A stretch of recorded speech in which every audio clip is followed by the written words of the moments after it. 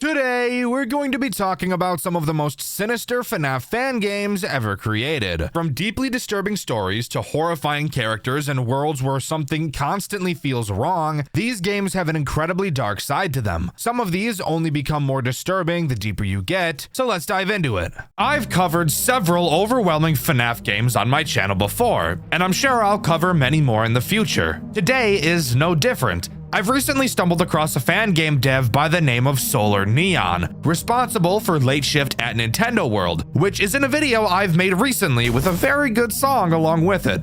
Well, call me surprised when I found out that Solar has actually been working on an entire series of FNAF games, and that 2 of the 6 of them have already been released.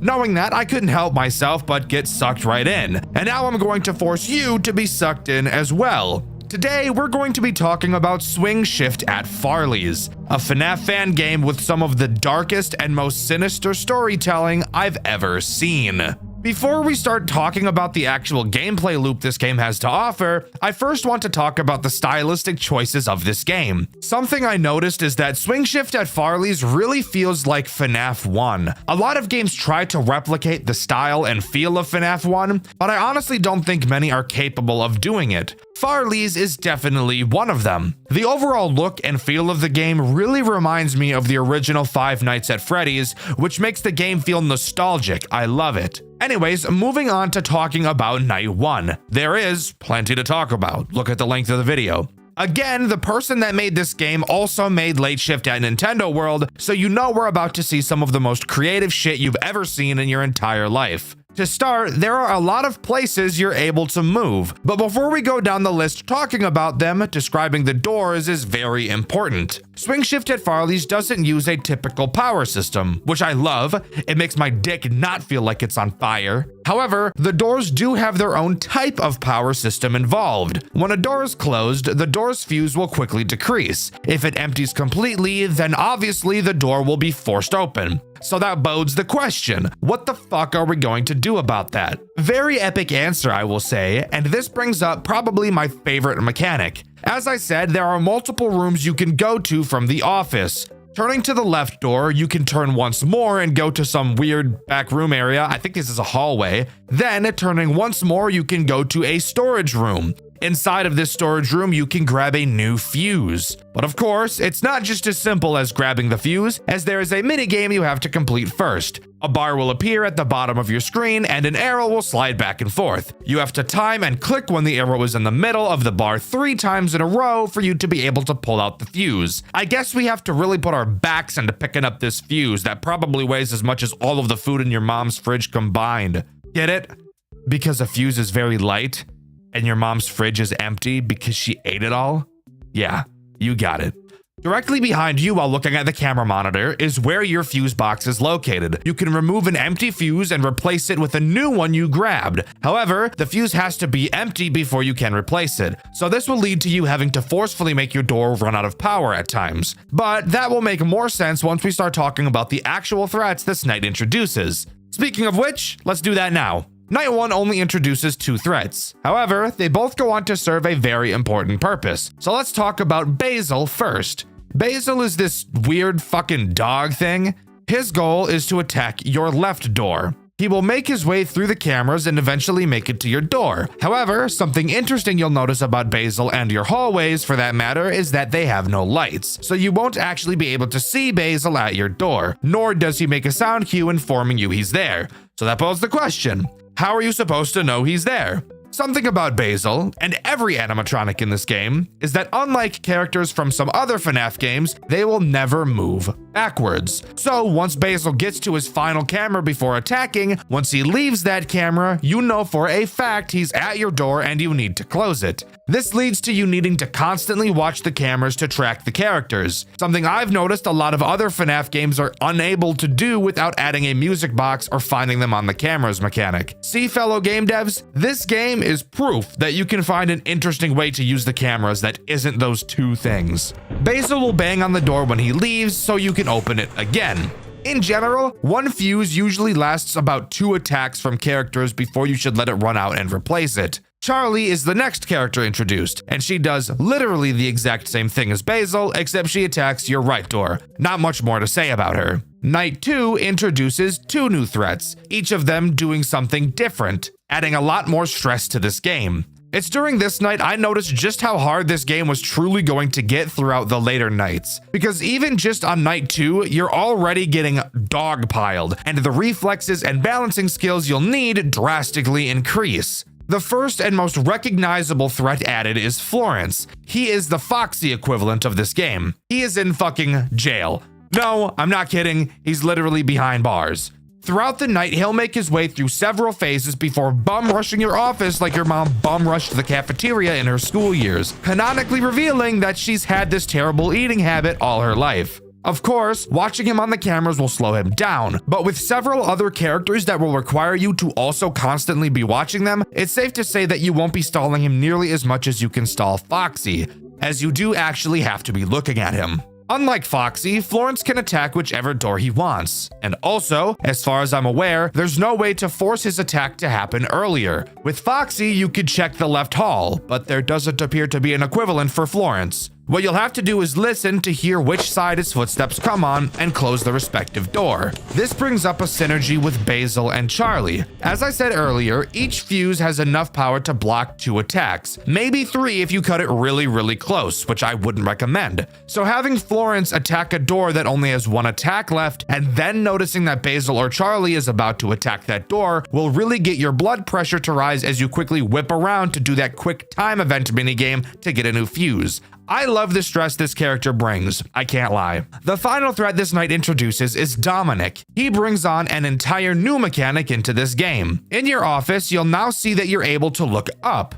Doing so, you'll find a vent. Hooray! I can't wait to see what this asshole is about to do. Dominic appears in the same camera as Florence. When he decides he's going to try to get to you, he will move to the back room. On this back room camera, you will see a new pop-up at the bottom. It's a heater for the vent. I'm sure you can see where this is going. When Dominic leaves this backroom camera, it means he has just entered your vent. However, that doesn't mean you should blast the vent just yet, as after you use the heater, you'll have to wait for it to cool down. And just because Dominic is in your vents doesn't mean he'll be combated by the heater just yet. This is the point in time where you'll need to constantly check the vent above you to see if you can hear him banging around inside of them. If you don't hear him, don't blast him. When you do hear the banging, this is when you should go to the camera, charge up the heater, and activate it. You do have to be looking at the vent to hear the banging, so don't think you can just avoid looking up, because unfortunately, you cannot. Night 3 is a doozy, adding 1 new threat that in turn adds 1 new mechanic, enough to make everyone's urethra begin to leak blood. So let's talk about her. The threat that Night 3 introduces is Whitney, and Whitney introduces your flashlight.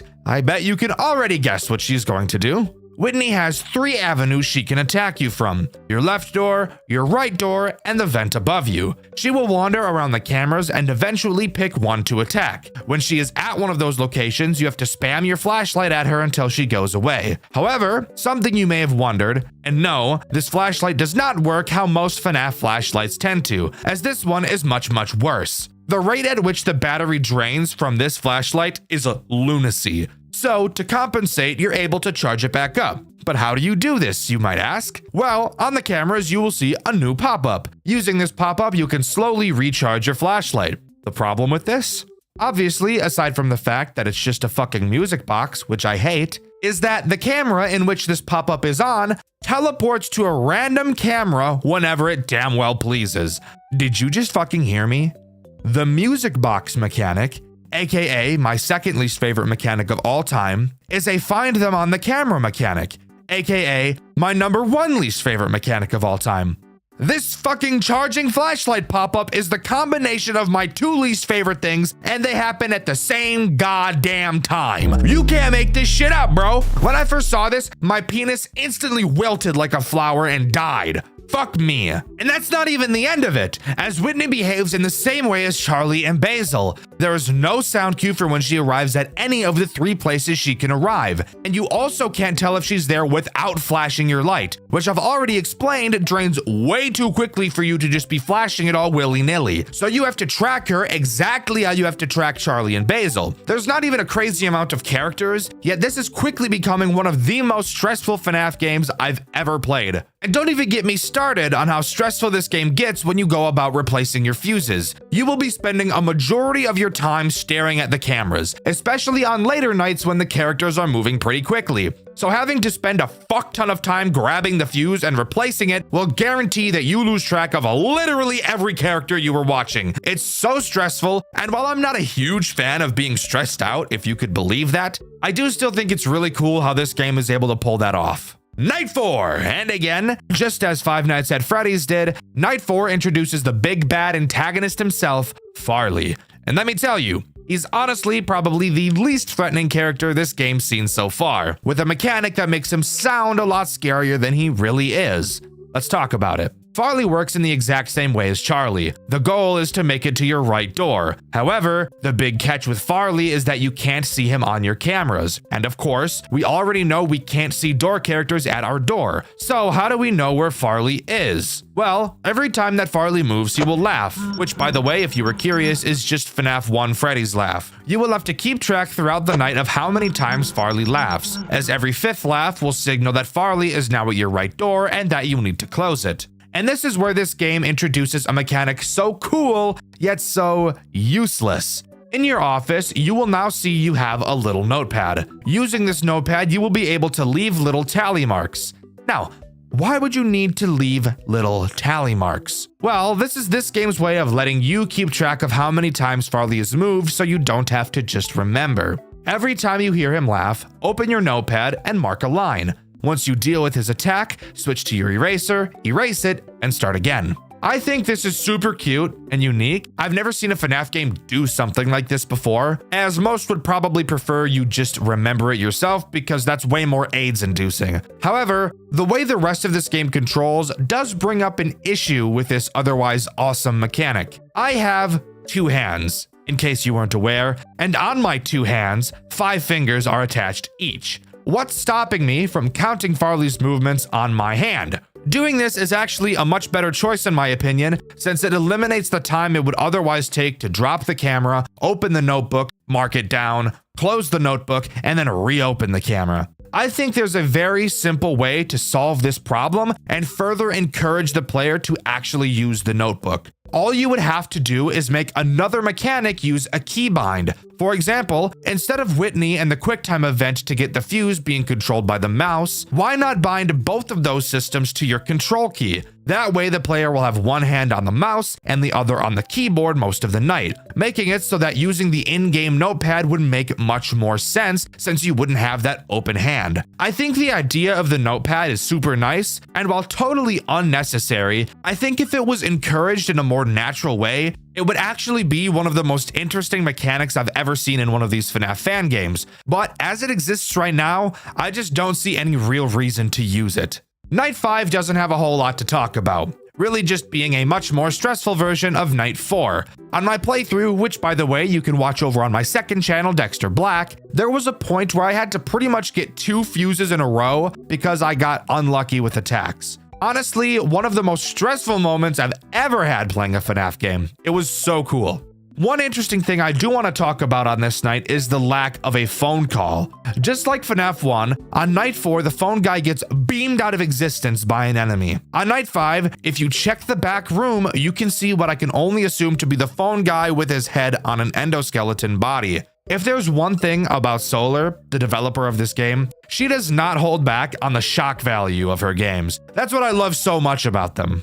Night 6 time, here we are. Spoiler alert, there's pretty much nothing to talk about, except 2 things. To start, there's no new threat. Night 6 is just a harder version of Night 5. However, if you look in the back room, you'll notice that the corpse is now missing. And this time around, we actually get a phone call. I'm not going to explain it because I literally can't, so just take a listen.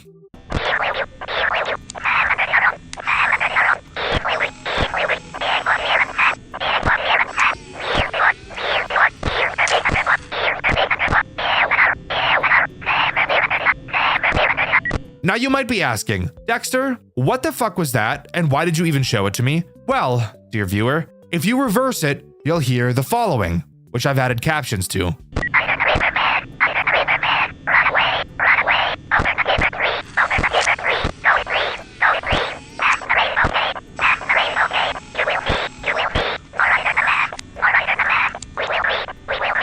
For those of you wondering what any of that means, at the time of writing, I have no idea. And by the way, that inaudible line, I'm gonna need your guys' help with that. Let me know what you think it means. I even reached out to the game's creator, and even she told me that she forgot what the line said. So that's just awesome. But I'm not quite done talking about this game just yet.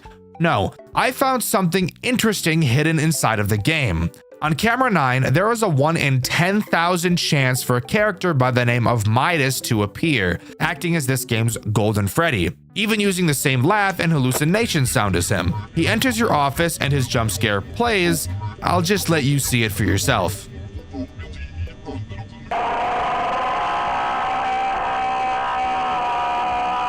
So yeah, that's disturbing. As mentioned, that character's name is Midas. I have no idea who this character is supposed to be. However, I do know that we will be finding out, as Solar Neon plans on creating 6 games in the Farley series, and I'm totally looking forward to them. There are still a few more secrets I was able to uncover. In the room where you grab a new fuse box, you'll notice a stack of papers on the ground. Upon picking the papers up, you will see one of the following 3 papers. The first shows a wanted poster for a man inside of what appears to be a bunny costume. It's only a police sketch, but we can see they're wanted for murder. The second paper reads, "Bodies found in local river." In a shocking turn of events, the body of missing boy Thomas Fiver has been found under a bridge in Shantytown. According to the Utah Police Department, Thomas's body was stuffed inside a garbage bag with his head removed. The head has still not been recovered. A note addressed to the police was also found with Thomas's body, written by the guillotine killer. This has been revealed to be his 3rd victim.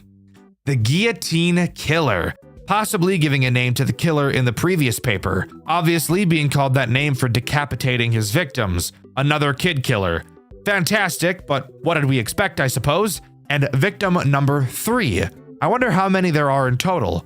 The 3rd paper reads, 6 children now reported missing. Over the coming weeks, 6 children have vanished in Shantytown, Utah. While 2 of the missing children have no leads, it is believed that they are further victims of the infamous guillotine killer. Utah Police Chief Edward Cal has stated that they are expecting letters from the killer soon, potentially tying the 2 other children to his spree. Police are hoping to apprehend the killer soon. Well, that answers my question. 6 children this time around. Quite the hefty number, but nothing compared to my 12, but that's not important. What is important is that I lied and there's actually 1 other paper to be found. However, the only way you can get it is if you've been attacked by Midas. So, 1 in 10,000. Your chances aren't great, but lucky you, I'll just show you what the paper is. So it appears Midas came from another restaurant by the name of Midas's Galactic Pizza Palace. Also on this paper, you can see some possible other names for this character, being able to make out Mike, Monty, and Max. As you can tell, this is a napkin, clearly showing that this was a very early idea for a restaurant, even having multiple food ideas like burger and barbecue before settling on pizza, apparently stating that burgers are, quote, too easy to fuck up. And then of course, the sketch of Midas with his absolutely fucking massive veiny head. Disgusting, by the way. So, with the 5 other confirmed games on the way, there's still a lot to unravel this time. And you better believe I'll be here to cover it when it comes around. But as far as I'm aware, that's all Swing Shift at Farley's has to offer. Overall, I think this game is easily one of the most creative pieces of fan game work I've ever seen. Solar Neon is so open to trying new and unique things, and I love that. I'm super looking forward to the other 5 games, and I can't wait to cover them on Dexter Black, and of course, over on this channel. Hold up, guys! As I was working on this video, the 2nd game in the Farley series, Swing Shift at Farley's Jr., actually released. And I thought, well, why not add that game to this video as well? So instead of ending the video right here where I was about to, let's go ahead and jump into Swing Shift at Farley's Jr. So, this is kind of awkward, isn't it? I bet you were getting ready to click off the video and now we have a whole nother game to cover. Well, be grateful, I guess. Farley's Jr. starts with a very FNAF 2 style opening. We're sitting in the POV of who I can only assume to be Farley. We can look left and right and see Basil and Charlie accompanying us. Shortly after the minigame ends, we're booted to the main menu where we can see the toy animatronics. What the fuck? Like, these things literally look like the FNAF characters, but rest assured, they are not. Upon starting the game, we're greeted by a newspaper stating that this time around we aren't monitoring a restaurant, but an entire mall. Awesome. That doesn't sound like there's about to be a metric fuck ton of characters, now does it? Night 1 has a phone call that's like 5 fucking minutes long, and I'm not going to waste my time talking about it. It's your typical Night 1 bullshit, and he explains the characters we'll have to deal with. But of course, if I just let him do that, then I wouldn't really have a job, now would I? So let's start by talking about the tools at our disposal, because there are a hell of a lot more this time around. To start, let's get the obvious out of the way. We have a Farley mask that we can use. However, you may notice the 4 buttons inside of this mask. Don't worry, we'll talk about them in a bit. You can also use your camera to flash the hallway in front of you for a short period of time. However, every time you do, you'll lose 1 film reel. Throughout the cameras, you can find film reels lying around and pick them up. Also in the cameras, you can flash and hold your light on them so that you can actually see, which is very nice. You may also notice music box symbols on a good majority of the cameras. Don't worry, we will also talk about that in a bit. But that's really it in terms of mechanics that actually matter at this point in time, which means we can move on to talking about the threats this night introduces. Night 1 introduces a whopping 4 threats, already matching pretty much the entire crew of the first game, so this is about to get scary.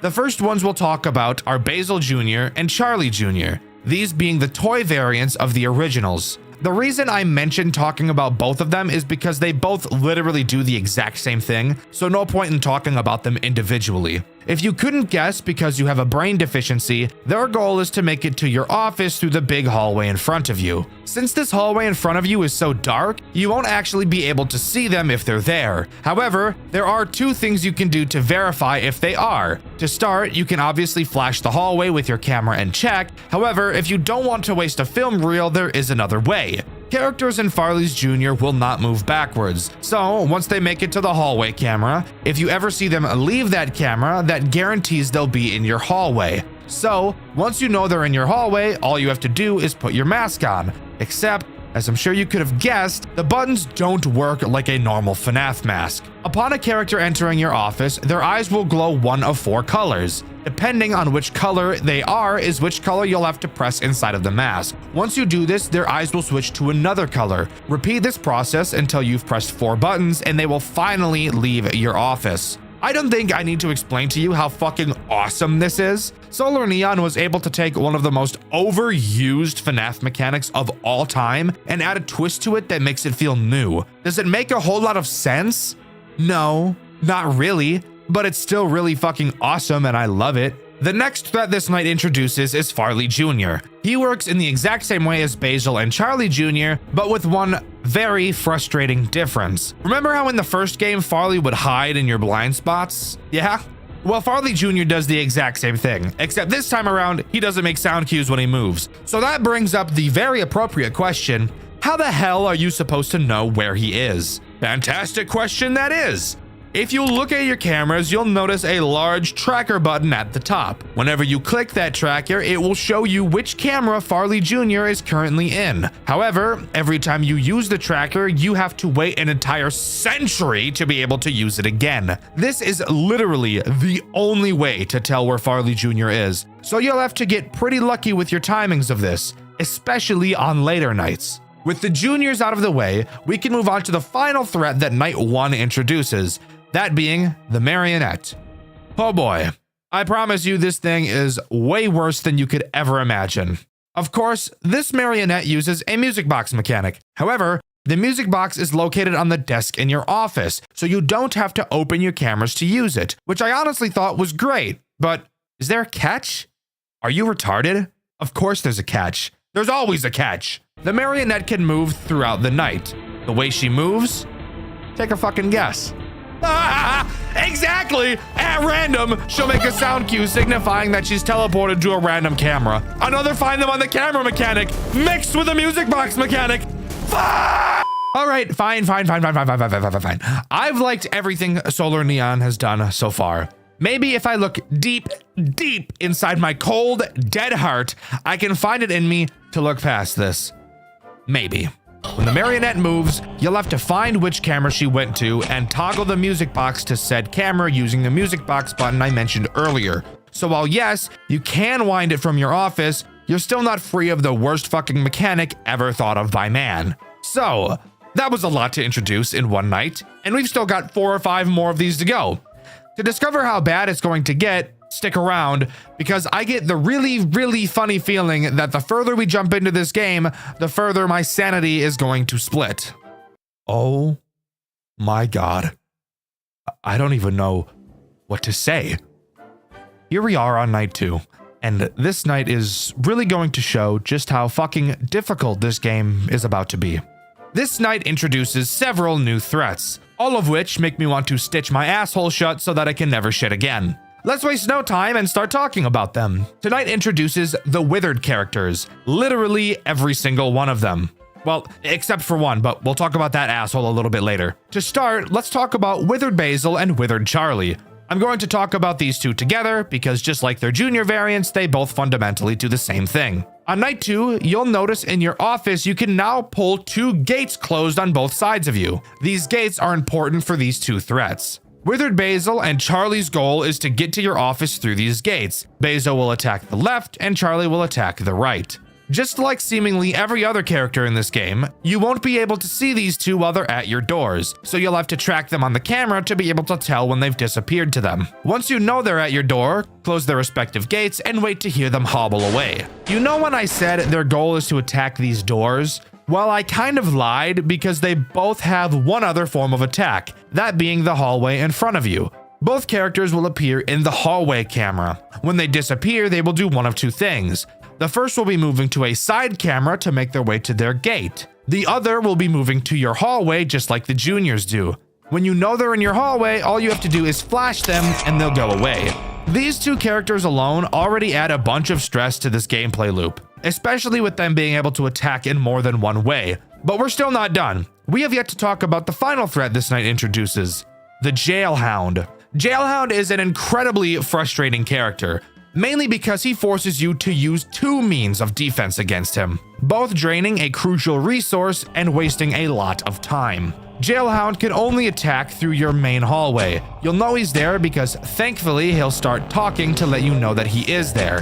The first thing you'll need to do is flash him, using up one of your film reels. Then, and only after you flash him, must you put your mask on. If you put the mask on beforehand, he'll kill you. This is explained by the flash disorienting him enough for the mask to fool him. Pretty interesting explanation, I will admit. Once you put the mask on, he'll enter your office for a short period and leave. Unlike the juniors, you do not have to play the Simon Says minigame inside of the mask. So yeah, a metric shitload of stuff thrown on top of you on only the second night of the game. And let me give you a little spoiler, there's a lot more characters that are going to be added to this loop. And with each one, years of my life are plucked away like nose hairs. I only want to die a lot, guys, don't worry. But I'm not quite ready to move on to night 3, as during my playthrough of night 2, which you can see over on my second channel, Dexter Black, I of course died a few times trying to beat night 2 as I got used to everything.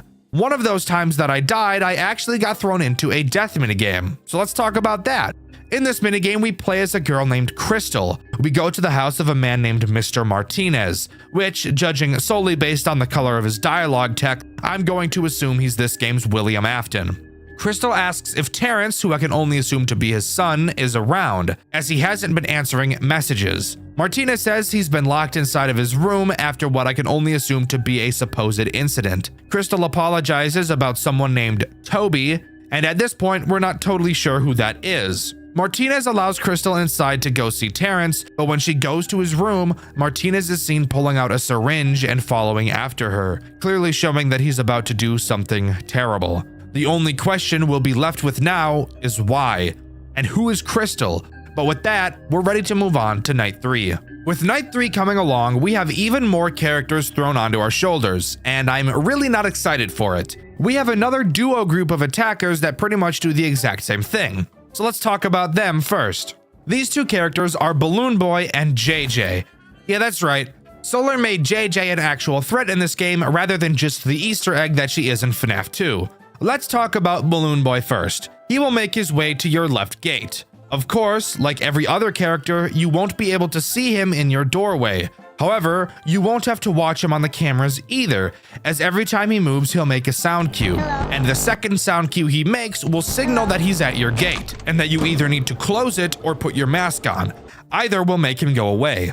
JJ is identical, except she attacks the right gate instead. Now, I mentioned these two were slightly different, and what they do if they get into your office is how they're different, since neither of them will actually end your run directly. If Balloon Bitch makes it into your office, he will quickly leave, but not before taking every single film reel out of your camera, forcing you to have to go through all of the cameras to find more. And at this point in the game, you really don't have the time to be doing that. Now, if JJ gets into your office, she'll do something so foul, I'm trying to hold back the vomit from spewing out of my mouth just thinking about it. If JJ gets into your office, she'll steal your fucking mask off the table. She will then teleport to a random camera in which you'll have to fucking find her and click on her in order for her to return it to your desk. Oh my fucking god, that is literally the most evil thing I've ever seen a character in a FNAF game do. Oh fuck. Oh, she took the fucking mask. I'm cooked. I didn't know she took the mask. I thought that sound cue from JJ was her. I thought the sound cue from JJ was her leaving. It was not. It was her grabbing my shit. She copped me. She copped on my shit. I'd rather JJ kill 6 more children than take my shit. I'm being honest. Oh, but guess what? We're still not done because there's still 2 more threats to talk about. I know I said 3 at the start of the night, but these 2 characters are basically 1 character, which is why I'm saying there's 2 more. These characters are Candy Cadet and Astro. The fuck me silly, backwards, forwards, upside down, flip me, bend me combo. Let me explain it. So, you'll need to watch camera 10 to see when either of these 2 leave. It's important you know who leaves first. If Candy leaves, he will approach one of your gates at random. You, of course, will not be able to see him at your gate without either flashing your camera or watching the cams to see when he enters. He also makes no sound cue either, so that's great. Once he's there, you'll need to close the gate until he leaves. However, shortly after Candy Cadet attacks, Astro will attack the other door shortly after. Now, you may be wondering why I mentioned how important it is for you to know who leaves camera 10 first. Well, that's because if Astro leaves first, he'll do something a bit different. If Asshole leaves first, he too will go to either of your gates. However, when he's at your gate, he'll start singing. You need to close which gate you hear him at until he leaves. And of course, when he does, Candy Cadet Hole will soon attack the other side. These 2 add so much more unnecessary stress to this game, and Solar Neon knew exactly what she was doing when she made this. Asshole. Before we move on to night 4, I want to talk about another death minigame I got while working on this night. It's literally an exact copy of the Give Cake minigame from FNAF 2. The only major difference is that we play as Farley instead of Freddy, and instead of a random crying child, we see a girl come to the entrance who in the programming is named Charlie. Soon after, a car pulls up to the building and a man in a bunny mask gets out. Now, while I would imagine this person is probably Martinez, I do have to point out that in the code, this character's name is Guillotine. And if you remember from the first game is the name of the serial killer. So it appears we get to see the abduction before one of his many murders. But with that, we can move on to night 4. It got worse, guys. Let me tell you, it got so much worse. Way worse than I could have ever imagined. Not only does Night 4 add 2 more characters, but it also adds a brand new mechanic that makes this game far more stressful than it already was. To start, let's talk about the new mechanic, being able to turn off the power to the building. I bet you can take a solid guess where this is going. When the power is off, you obviously can't check your cameras. However, you can still put your mask on and close your gates. With that in mind, now on to the 2 threats this night introduces. Let's start with the simplest one, Mangle. Mangle has 2 ways of getting into your office, the big hallway in front of you, and the vent that's on camera 9. I've neglected to mention this vent up until this point, because Mangle is the only character to interact with it. Plus, you can't even see or interact with this vent in any way regardless. When you see Mangle in your hallway in front of you, you'll have to shut the building's power off. She'll swoop into the office for a few seconds and then leave, wherein you can then turn it back on. The vent is pretty much the same, but since you can't see the vent, the way you'll know you have to shut the power off is when you hear her in your vent. Turning off the power throughout the night when watching the cameras is so integral to this game's cycle is absolutely brutal, and the final character introduced on this night doesn't help with that at all. Withered Farley is the last character introduced on night 4, and he serves to be one of the most stressful yet. Once Withered Farley makes a successful movement opportunity, he will teleport directly to your main hall. Every time you flash the hallway, you'll be able to see him. Throughout the night, he'll slowly creep his way towards your office, and once he enters, as I'm sure you could have guessed from my intro of him, you'll have to shut the building's power off until he leaves. Mazel tov! I want to die. This is every single threat in the game. And let me tell you, completing this night was honestly one of the hardest challenges I've ever put myself through. And we're not even on to night 5 yet, so I'm really not excited for all that. But there is still one thing I want to talk about before we move on to night 5, and that's another death minigame I got while playing night 4. In it, we play as an unknown character seemingly on a camping trip with another unknown character. Child number 2 wanders off and we go to follow him, only to go deeper and deeper into the forest as we lose track of him. When we find him again, we see him trapped in the back of someone's car as it drives off. Maybe got some inspiration from the FNAF movie, just a hunch. Shortly after, Farley jump scares us. And this leads to a small theory that I have. I get the feeling that for each of these minigames, depending on who jump scares us at the end of them is meant to hint at who the stolen child in said minigame would go on to possess.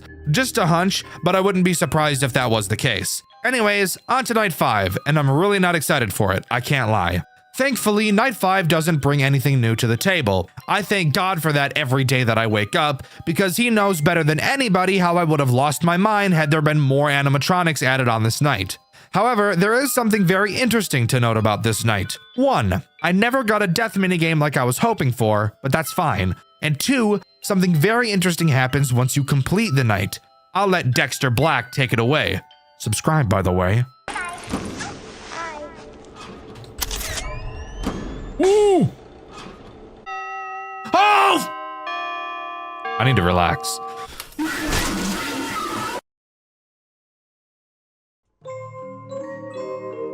Wait, what? Mangle still kills you? What the fuck? That's right. Mangle kills you. And when reading the newspaper after the fact, we see that we've been playing as Jeremy Fitzgerald this whole time. Wowee! I'm leaking. What? But with the information of our player now being dead, who's to say what's going to happen on night 6? I'm not sure, and I'm very, very excited. Night 6 is pretty interesting, so let's just jump right into it. To start, we're now playing as Mr. Martinez, both the man who was holding the syringe in an earlier death minigame we talked about, and the man I suspect to be the guillotine killer. In our phone call, we actually get to hear the conversation between Mr. Martinez and the phone guy, and I think listening to it for yourself will be much better than me describing it to you. Fancy seeing you there, Mr. Martinez. And on a night like tonight. Why are you interrupting my night, Gretchen? You tell me, Vincent. Poking around my mall, and during an active investigation, no less. God. You know, I gave you a lot of time. More than I've given most of my vendors. But no. First your hunks of metal fuck with my staff. Then those kids go missing. The cops start ripping my business up. That poor Jeremy kid gets his head smashed in by one of your freaks. The one you told me you would fix. And I now find you there, doing God knows what. Now what is that supposed to mean? Oh, I think you've got a pretty damn fine clue. Are you threatening me, Gretchen? I'm not sure baseless accusations are a good look for you.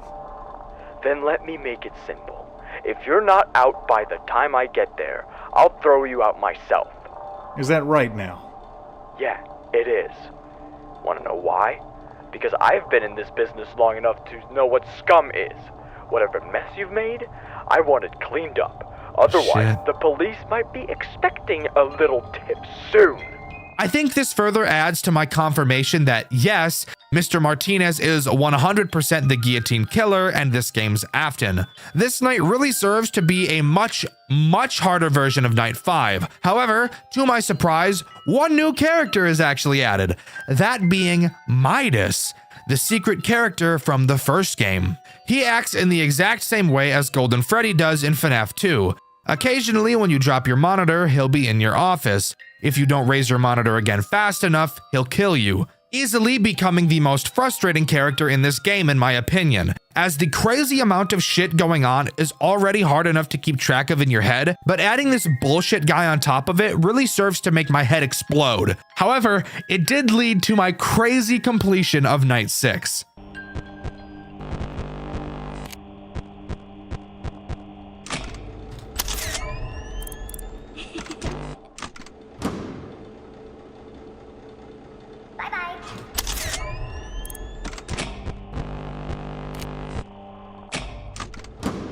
Fuck, I'm dead. What?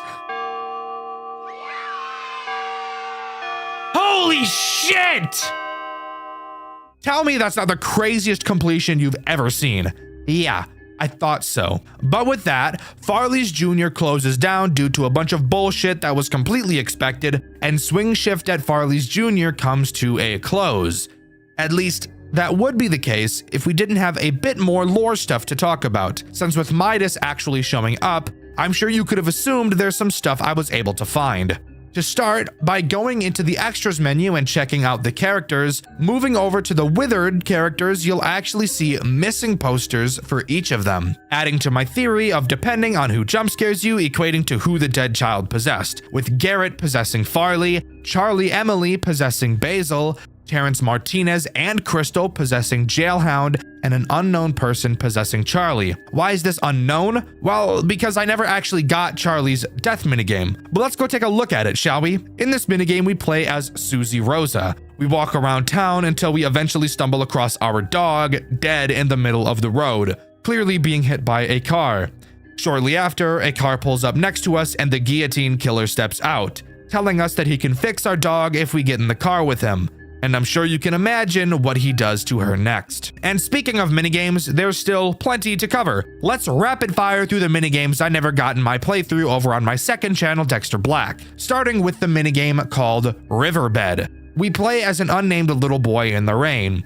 We walk past the place where Susie's dog was killed, and continuing forward, we see the guillotine killer dropping the body of presumably one of his victims in the lake before he is then attacked. And if you remember, this is probably his third victim, which was referenced in one of the papers in Farley's 1. The next minigame is called Save Them. We play as Withered Farley as we follow the marionette through the building. She spells out save them as we travel, but before we can get to the exit, the killer steps in and smashes the marionette to pieces. And finally, we have Late Night, a minigame that's really just a cutscene. We watch a mother talking on a payphone while her daughter is clearly trying to get her attention. Eventually, she wanders off, only for us to see the killer's car whiz by, presumably, I would imagine, hitting her with it, although no sound cue is heard to indicate that. The mother goes to look for her, and then we get jump scared by the marionette, which would tell me that this little girl would go on to possess her. Oh yeah, there actually is another minigame that I got, I just didn't mention it for some reason, so I'll mention it now. It's called I'm Sorry. This one is also just a cutscene, and in a much different style from the others. A boy is sitting in the hospital with Mr. Martinez. They're watching the corpse of an unknown person completely wrapped in gauze. Looking back at Martinez, we see this unsettling image. And with that, that's all of the cutscenes in this game covered. However, we're still not quite done talking about stuff I was able to find. To start, there are several newspaper articles to read just like in the first game. Each appears at random when you click the paper stack in your office. They read, Marvelous Mimic Man. The winner of the 1995 Henton's Robotic Fair has been announced to be Vincent Martinez's Marvelous Mimic Man. This robot won due to its impressive state-of-the-art AI that allows it to near perfectly mimic the actions and poses of anyone around it. Vincent Martinez, the proud creator of the Mimic Man, has made a statement on winning first place. I am honored to receive this award. Thank you to the judges and especially the voters who made this happen. I hope to show you more of the Mimic Man and other creations like him soon. Farley's closes its doors. Lawsuit from Showbiz Pizza Time Incorporated closes down beloved family restaurant. After a long and grueling trial, Showbiz Pizza Time Incorporated has won its lawsuit against New Edge Incorporated, the owners of Farley's Fun Zone. The lawsuit alleges that New Edge Incorporated not only plagiarized multiple of its characters, but also stole confidential blueprints and schematics for their animatronic mascots. As a result of New Edge losing the lawsuit, they have been ordered to pay Showbiz Pizza Incorporated $3 million in damages. While New Edge has yet to make a statement, their decision to shut all of their 10 Farley's Fun Zone locations has sent a clear message. Obituaries: Abigail Leslie Emily, September 5th, 1954 to July 30th, 1985. Abigail was born on September 5th of 1954. She grew up in a lovely house down north before moving to Utah and marrying a brilliant husband and having a lovely daughter, both of which were unfortunately taken away from her too soon. Abigail tragically killed herself on the 30th of July, 1985 via a self-inflicted gunshot to the head. We hope that Abigail is in the warm light and with her husband and daughter. So, a robot that can mimic people made by Martinez, a plagiarism lawsuit for blueprints and schematics, and a woman who tragically killed herself, each with something redacted. And of course, after getting killed by Midas, there is an additional paper you can read. Tragedy at Midas's. 10-year-old boy bitten by animatronic. This afternoon at Midas's Galactic Pizza Palace, one 10-year-old boy, Tobias Martinez, was bitten by one of the establishment's animatronic characters. It was reported that he was shoved inside its mouth by 4 children who have yet to be identified. Police have not yet confirmed if this is a murder attempt or freak accident, although they are still investigating. Tobias is reportedly in critical condition, with his frontal lobe nearly severed. The owners of Midas's New Edge Incorporated have yet to make public statement on the matter, aside from suspending all operations at the restaurant. Tobias Martinez was bitten and killed at Midas's. I wonder if this isn't the person we see in the hospital bed in the I'm Sorry minigame, as this is clearly this game's equivalent to the Fredbear bite. And since we're drawing parallels, let's draw another one. In the weird phone call all the way in Farley's 1, the first line mentions a riverbed. And what do we see in one of the death minigames? That's right, the guillotine killer throwing a body into a riverbed. Whose body this is, though? No other than Thomas Fiver, Martinez's third victim. As I continue to make videos talking about Five Nights at Freddy's games, as each week goes by, I grow more and more nervous that I will eventually run out of interesting games to talk about. Obviously, the next choice would be to start talking about random horror games until new FNAF titles are released. However, recently I found a FNAF fan game I have never heard of before, a game so interesting I couldn't help but get sucked right into it. The game we'll be talking about today is Night Watch at Freddy's, a FNAF fan game that pretends to be an official demo of the original Five Nights at Freddy's games, but is really hiding some incredibly dark secrets.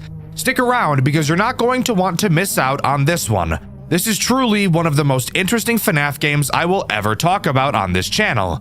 So sit back, relax, and join me today as we dive into the depraved world of Night Watch at Freddy's. Night Watch at Freddy's does not begin in the way a normal FNAF game typically begins. I've actually never seen any FNAF game start in the same way that Night Watch at Freddy's does. Upon pressing start, we're greeted to the night screen, where you can already see something interesting. You have the classic live system that was originally supposed to be in the first Five Nights at Freddy's. But let's pause for a second and back way the fuck up.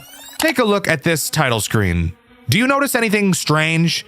Well, if you said that the creator of the game's name looks a bit weird, then you'd be correct. It says the creator's name is Scott Cawthorn, clearly an alternate version of Scott Cawthon. But that's not where it ends. Right next to the name, we can see the year 2014. Spoiler alert, this game was released in 2025. Let's cut to the chase of why I wanted to talk about this game, as clearly there's something weird going on. Night Watch at Freddy's explores an alternate timeline where the original Five Nights at Freddy's game took a significant turn from what we know them as today. Wow, I hear you say. That's a super interesting idea for a FNAF game. Tell me, who could come up with something as interesting as that? Well, the answer to that question is pretty damn cool. This game's lead director is Avocado Dreams, the same person who's responsible for Graveyard Shift at Freddy's and the remnants of Tubbyland, both of which I've covered on this channel, and you should definitely go check out those videos after this one. But for now, let's continue. Knowing that this game is supposed to be a demo for what the first official FNAF game was intended to be. Of course, since this is an alternate timeline of the official FNAF games, in this alternate universe, Scott actually did end up including the live system that was left out of the official games. And you'll notice plenty more details just like this. For example, there's actually a fake alternate version of the classic Scott Games website, Scott Productions. The team responsible for this game really went all out. This is one of the coolest experiences I've ever seen in my entire time working on FNAF stuff. Before we load into the office, we get to see a developer note talking about Night 1. Keep in mind, Night Watch at Freddy's is pretending to be a demo, so notes like these are pretty common. Welcome to Night Watch at Freddy's, or at least the prototype of it. Some things are still subject to change. For right now though, you can play through what's done of the game and get a feel for how it's going to end up. Night 1 begins, and we of course get a phone call from this game's phone guy. He gives the basic Night 1 spiel that we're all used to. However, he does mention how the breaker and power systems work. Of course, that's my job, so I'm going to be doing that instead. A few things you'll immediately notice about this game. The first, and in my opinion, biggest outlier is how the doors behave. You'll notice that they're already closed from the beginning of the night. You can open the doors and flash the hallways, and doing so increases your usage. Your light especially, but we'll talk about that more once we get into the characters. Moving on to your cameras, you'll notice another scrapped feature from the official games is present here, that being the original camera buttons, where they were originally intended to be circles that would project the direction they were actually facing in the building. Such a super small, cool detail, but if there's anything Avocado Dreams is good at, it's attention to detail. Only one animatronic is introduced on Night 1, that character being Bonnie. Of course, this is an alternative FNAF 1 after all, so keeping the overall order of the character introduction does make sense. Bonnie, as I'm sure you could have guessed, is pretty simple to deal with overall. Bonnie's goal is to get to your left door, exactly how he does in the original. However, the way you deal with him is different, and he also introduces a new mechanic in the form of points into the game. Once Bonnie reaches your left hallway, staring at him on the cameras will stall him. This will become integral once we start talking about another character that gets introduced. While you're stalling Bonnie, you will get 5 points around every 0.5 seconds. So the longer you watch him, the longer he doesn't move, and the more points you obtain. Something additional to note are your lives. If you are to lose all of them, you don't have to start all the way back on Night 1. Instead, your points will just get reset to 0. On top of that, after every completed night, you will gain 1 life. Anyways, back to talking about Bonnie. Once Bonnie reaches your door, you have to open it and hold your light on him until he goes away, which will happen pretty quickly, thankfully, because as I've said before, the lights will absolutely ramp up your breaker stress. Once Bonnie leaves, you'll want to close the door again. Oh my god, oh my fucking god, oh my fucking god, it runs. My chest, dude. Oh my god, don't do that ever again. Ding. No thanks. This mechanic does bring up an interesting and pretty scary point. The doors are closed by default, and if you don't open the door and flash Bonnie when he is there, he will jump scare you. So that brings up the terrifying realization. Bonnie is strong enough to open the door if he really wanted to. Put yourself in the shoes of the Night God for a second. If that doesn't scare the absolute piss and shit out of you, I don't know what will. But aside from that, that's all Bonnie does. Something additional I do want to point out about Bonnie is how fucked up and gross he looks. Why are his ears down like that? Tell me that's not disgusting. Dogs put their ears down when they know they did something bad, and cats put their ears down when they're about to do something bad. So what the hell does a bunny with its ears down mean? That I'm about to get back shots? Probably, and I don't want that. Nice job getting past the first night. Still wondering what I should do with that raccoon. If anyone has any ideas, please let me know. Night 2's phone call just explains one of the new characters. Additionally, Phone Guy says he's going to drop the script the company wants him to read and instead just tell some stories during the phone calls, which he doesn't end up doing this time around. However, towards the end of the call, his dog runs into a fucking door like a moron, and then he ends the call to go take it for a walk.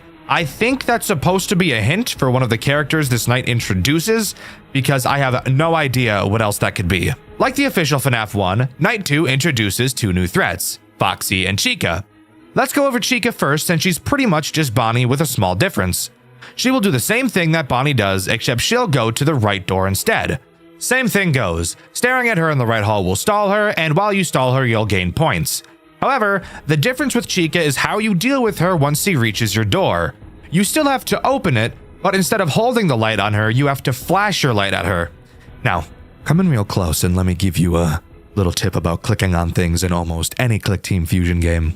The way Click Team seems to register clicks can be delayed depending on your mouse position. I actually first noticed this during my playthrough of Tyke & Sons Lumber Co. a few months ago. If you keep your mouse stationary and click on something really fast, Click Team will not register every click you make. However, if you click, move your mouse slightly really fast, and then click again, then it will register every click. This is exactly how you can get Chica to go away really fast. If you jitter click your mouse and whip around the cursor in a small enough area over the lever, you will flash the light really fast, making Chica leave faster. Fun fact, you can also use this clicking method to ring the bell on your desk really fast and make your grandma's tinnitus act up. But you didn't hear that from me. The other character this night introduces is Foxy, who for some reason is gender swapped in this game. Not really sure on that decision. Maybe Foxy was going to be a girl in the official games, but Scott changed it, and this game is drawing from that. Or who knows, maybe Avocado Dreams just wanted a female Foxy. Either way, it's not really important. Foxy almost works the same way she does in the original. She still has multiple phases she will go through before charging at your office. However, I'm unsure if being on the camera stalls her this time around. After she gets to her final phase and disappears to charge at your office, you'll have to check Pirate's Cove and look at her sign to see which door she's charging at, since, yes, she can attack both. Once you know which door she's going to attack, all you have to do is open that door and wait for her to arrive. She'll lean in and yell at you before running back to her cove. From there, you can just close the door and easy peasy lemon dick, she's been dealt with. Keeping this one short since I haven't really been feeling the best lately. The more I work on this project, the more I feel like it's not aligning with what I've learned over the years. The overall themes are just... I guess it's just something I'll have to get used to. Hopefully it won't impact development too much. Also, I keep getting questions on how to deal with the Golden Freddy. The statue in the entrance doesn't move. There's not even any coding for it to move. I don't understand what you all are talking about. Night 3's phone call is an interesting one. It begins with the phone guy telling us about his dog running into the door. Idiot ass dog. Cats are way better anyways. He starts talking about the new character, a puppet, and about how it really creeps him out. You can tell by the sound in his voice that he really doesn't like this thing. Dog. It freaks me out. He explains how to deal with it and abruptly ends the call by yelling at us to not let it out of our sight. So, as I'm sure you could have guessed, the new threat on this night is the puppet, which I'm sure you already knew was not in the original FNAF 1. So, how is this character going to work? Well, it's probably one of the most nerve-wracking, stressful, and anxiety-inducing characters in the entire game. Occasionally, you will hear a sound cue, one that I can't really describe with words. It's really weird. Anyways, when you hear it, the puppet will appear on one of 4 cameras at the bottom of the map at random. It will either be in the bathroom, the show stage, the party room, or the kitchen. You will have to find which 4 of these cameras it's on and hold the stop button like a music box to make it go away. If you don't do this in time, the puppet is going to plow on that pussy. Jesus Christ, what is wrong with me, bro? Oh my God. Put me in a fucking cage, dude. Overall, it doesn't add anything too crazy to the mix so far. Your strategy at this point should be watching Foxy and the 2 halls, staring at Bonnie or Chica to desync the 2 from attacking at the same time, and whenever you hear the sound cue, go deal with the puppet. Overall, not too bad, but night 4 is when things really start to ramp up. This is getting a bit crazy. I thought adding more depth would increase the replayability, but it's honestly overwhelming. Maybe I'll just change it so Freddy only appears during the power outage, but that might be a bit lame. Time will tell, I guess. I'm worried that having so many different things to do might be too much. Also, added the ability to ring the bell on the desk. Thank Lane for that idea. Night 4's phone call gets pretty serious. The phone guy explains that the animatronics are not acting right at all, going places they shouldn't be going, snapping their jaws shut, which they shouldn't even be programmed to do. He mentions Freddy specifically, and how one time before showtime, they found him in the garage of the building, staring at the main power breaker. So yeah, that sounds like Bad News Bears. Get it? Bears? Like Freddy because he's yeah, you get it. Night 4 introduces this game's final threat. Obviously, it's Freddy. And Freddy ties this game's loop together by single-handedly being the most stressful character in the entire game and making every other character feel 10 times more stressful than they already were. Just like the puppet, Freddy will occasionally laugh. When he does, that signifies that he has moved cameras. Freddy can move between only 5 cameras, and getting to your office is not a concern of his. When he moves off the show stage, he will either go to the bathrooms, the party room, the back room, or the kitchen. If at any point you hear him move and you can't find him on any 4 of those cameras, then that means he's moved to the garage. The garage camera, of course, has no video feed. So the only way to know for sure if Freddy is in there is by checking the 4 other possible cameras he can be in. When you know he's in the garage, you will be able to use the garage's camera scanner. The scanner will then shock the absolute living shit out of him and make him piss off. If you don't shock him fast enough, he will punch the shit out of your breaker and you will completely lose power. So there you go. There is every single character at the same time. Can you see how stressful this could be? Having to constantly watch Foxy, having to balance stalling Bonnie and Chica, balancing your power usage and your camera usage and the power aids that will happen when you use your lights, and on top of that, having 2 characters that will require you to, at random, play a stupid fucking find them on the camera mechanic game, while having one of those bullshit characters also mixing in a small music box mechanic at the same time. Does that sound a little bit overwhelming? If you said yes, that's because it kind of is. But in all honesty, I love this gameplay loop. Sure, I'm not a fan of the find them on the camera mechanics at all, but somehow this game manages to make every single action you do feel satisfying. It's really hard to put into words, and I would highly recommend you check this game out for yourself, or ideally watch my full playthrough over on my second channel, Dexter Black. Link in the description. Nothing really to mention here. I'm just so unsure of everything revolving around this project right now. The ideas are definitely there. I'm proud of the models, the atmosphere is in place, but something still feels so off. I'm really unsure if people will enjoy this, especially with how grim the story is. When I explained the story to my mom, she went pale and just asked me, "What are you thinking?" Just a few weeks ago, I'd have had the answer. Now I'm not so sure.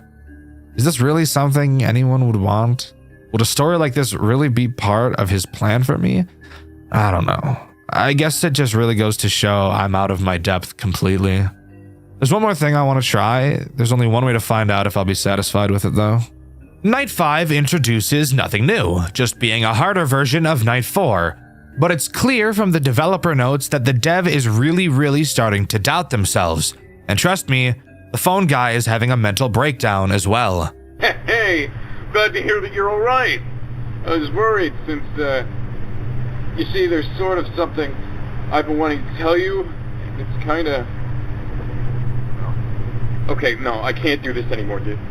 Everything's gone wrong, and I think I know why. On your first night, I told you about a birthday party that went bad way back, yeah? I was keeping quiet on the details. It's a sensitive subject around here, but during the party, the animatronics started going crazy. Kind of like they've been recently, and before anyone knew what happened, the power went out. Kids were screaming, parents were running around, and we were doing everything we could to get the lights back on. But by the time we did, the birthday boy was gone. And we couldn't find him anywhere, and no power meant no cameras, so we didn't have any leads. Not until our night guard didn't clock in for a shift. He hadn't missed a single shift before then, and he would have known exactly how the camera systems work, so people filled in the blanks.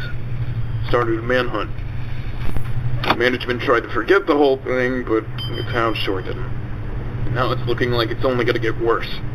I swear I'm seeing things that aren't there, hearing sounds on the walls, and that puppet thing keeps vanishing. I don't know why the animatronics are moving, but all of this, there's only one explanation I could think of. That kid's still here, like his ghost or something. I think it's responsible for everything that's happened since then.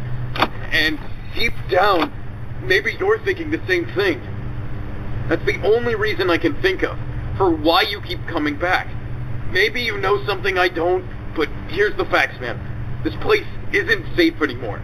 I'm taking my last paycheck and getting out of here. I'd suggest you do the same, but it seems you're pretty dead set on whatever it is you're trying to do. But I'm sorry I wasn't completely honest with you. No one else believed me, and look, I can't do much to make it up to you, but I know this place that serves some good drinks, and the food's pretty great. Had no animatronics either. Just, give me a call tomorrow if you're up for it. My treat, man. It's the least I could do. Good luck. After completing Night 5, we get our paycheck as usual. But of course, if you've ever seen any FNAF game in your entire life before, then you'd know we're not quite done yet. Going back to the title screen, we'll see we've unlocked the Overtime Night. And surprisingly, it is not just a harder version of Night 5. Overtime Night starts with a phone call, not from the phone guy we've been hearing so far. If you remember, he said he was quitting, and exactly that he did. The phone call we get tonight is from a woman, talking about how employees have been spreading rumors about the animatronics and monsters, all of which we know is true.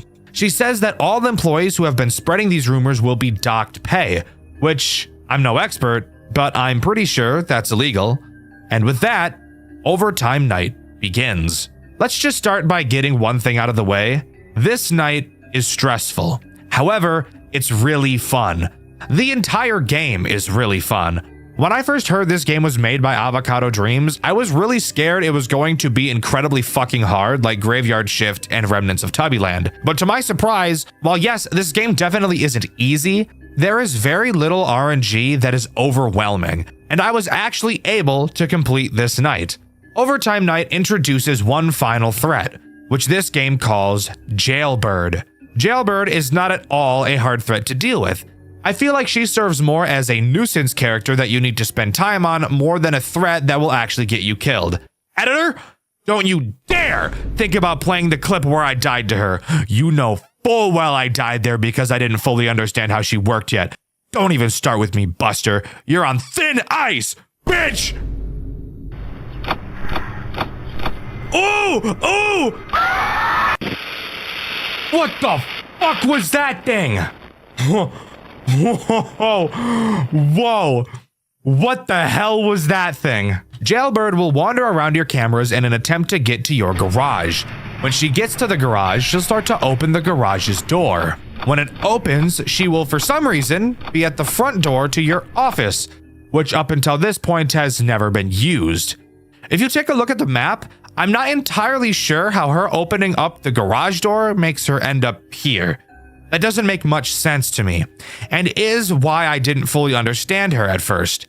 Editor, piece of shit! When you know she's behind that door, you will have to quickly spam open and close your camera. This will make her slowly emerge from behind the door and eventually leave your office. How does this make sense whatsoever? I have no idea. Don't question it. Boss character, hooray, hooray, weird shit! This night is very fast-paced, but because of the way all of the mechanics in this game work together, it serves to be an incredibly satisfying and enjoyable night overall. The difficulty is definitely high, but it is in no way overwhelming like some of Avocado Dreams' other games, which I, as someone who is dog shit at FNAF games, can really appreciate. Of course, you also have your custom night, but on top of that, after beating Overtime, you get access to Aggressive Mode, an optional setting you can use to play through the entire game again, with all of the characters having movement opportunities more often.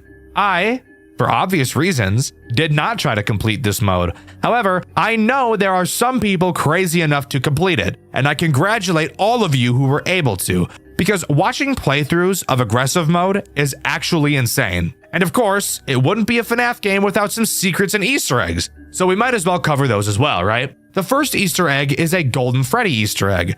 I'm not totally sure how it's pulled off, but just taking a look at the video I found, it seems like you need to flip your camera up and down a few times, then sit on the show stage camera. Golden Freddy should start reciting a Bible verse. Interestingly enough, the Bible verse he's saying is about Hebrews who created a golden calf to worship right before they were freed by God. Exodus 32:31. Afterwards, when you pull the camera down, you'll get this jump scare.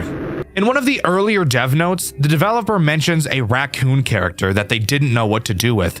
So during my playthrough, which you can see over on my second channel, Dexter Black, I thought the final character in the overtime night was going to be this raccoon, but obviously I was wrong. However, there is a chance you can find these renders of him throughout the game. But as far as I'm aware, that's all Night Watch at Freddy's has to offer. I'm pretty confident that we will be getting more games in this series, since it seems the developers' dive into turmoil is only just beginning. And you better believe I'll be around when and if those sequels or prequels come out. Overall, I think Night Watch at Freddy's has become my favorite Avocado Dreams fan project. And no, that's not just because it was the only one I've been able to beat. I think the idea for the story is incredibly unique. The character designs are great, the game mechanics are literally amazing, and every character works together so well. And of course, it doesn't rely too much on RNG. But let me know what you think. Do you agree with me, or do you think this is easily the worst fan game Avocado Dreams has ever worked on? The ransomware genre is a subgenre of Five Nights at Freddy's games. While none of these games seem to actually understand what ransomware actually is, the general idea of these ransomware games is to make it appear as though your computer has been compromised by said game.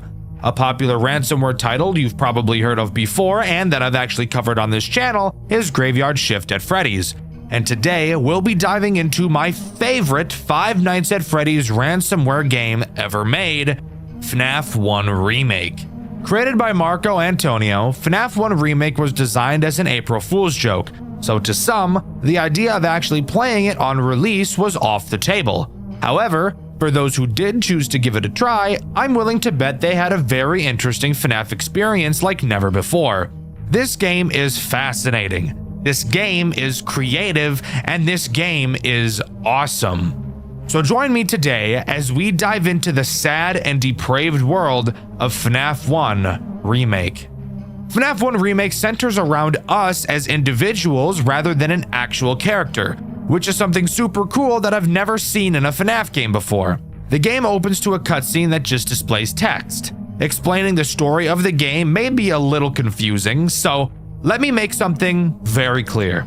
FNAF 1 Remake uses the player themselves as a character, writing your own story in place of a Mike Schmidt style character. In this game, we've re-downloaded Five Nights at Freddy's to try and recapture the nostalgia we originally had as kids when the game first released over 10 years ago. As someone who was around very early into FNAF's lifespan, in fact, I actually joined the community before FNAF 2 was even announced, this is a topic that I could personally find myself relating to. I can still remember my first experience with the game. I was on the couch with my buddy who had the demo version on his tablet. He booted it up, and I got too scared when Bonnie showed up at the door. I mistakenly took him for a dog at the time. I also avoided watching Markiplier's Let's Play of Five Nights at Freddy's because I somehow mistook Bonnie again in the thumbnail as a walrus. Don't ask me. I was a kid, and kids are retarded, okay? The game refers to itself as Buddy throughout the playthrough. Buddy tells us in the opening cutscene that he's going to give us the nostalgic feeling we've been yearning for, and it's going to be so perfect that it surpasses perfection itself. Shortly after, Buddy takes control of the program and quite literally changes the size of the window to show off how in control he really is. For the remainder of the game, we will not be able to put the game into full screen. Something I originally thought was going to be super annoying, but I actually grew to find charming throughout my playthrough. And with that, we can really start to dive into this game. I hope you're excited, because this game is really fucking cool. Throughout the nights, Buddy will talk to us before beginning each one.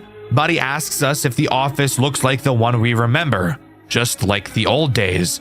He explains that the main idea of the game hasn't changed. It's a remake after all, and before he can say anything else, Night 1 begins.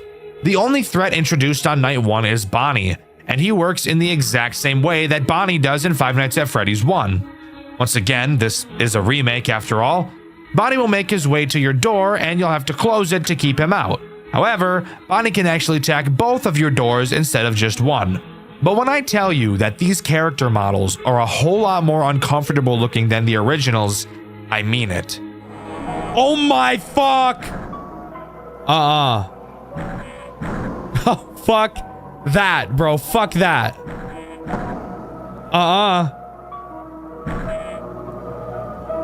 Dude, what the fuck?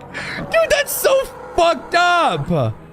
The animatronics in this game are all very creepy looking. Not quite scary, but uncanny. Like something is clearly wrong. Take Bonnie. The way his face looks like it's melting, mixed with the odd poses he has throughout the cameras and while in the doorway, it just makes for a feeling of, God damn, I really want to keep him away from me. And I think that's super cool. Of course, keeping Bonnie out is as simple as ever.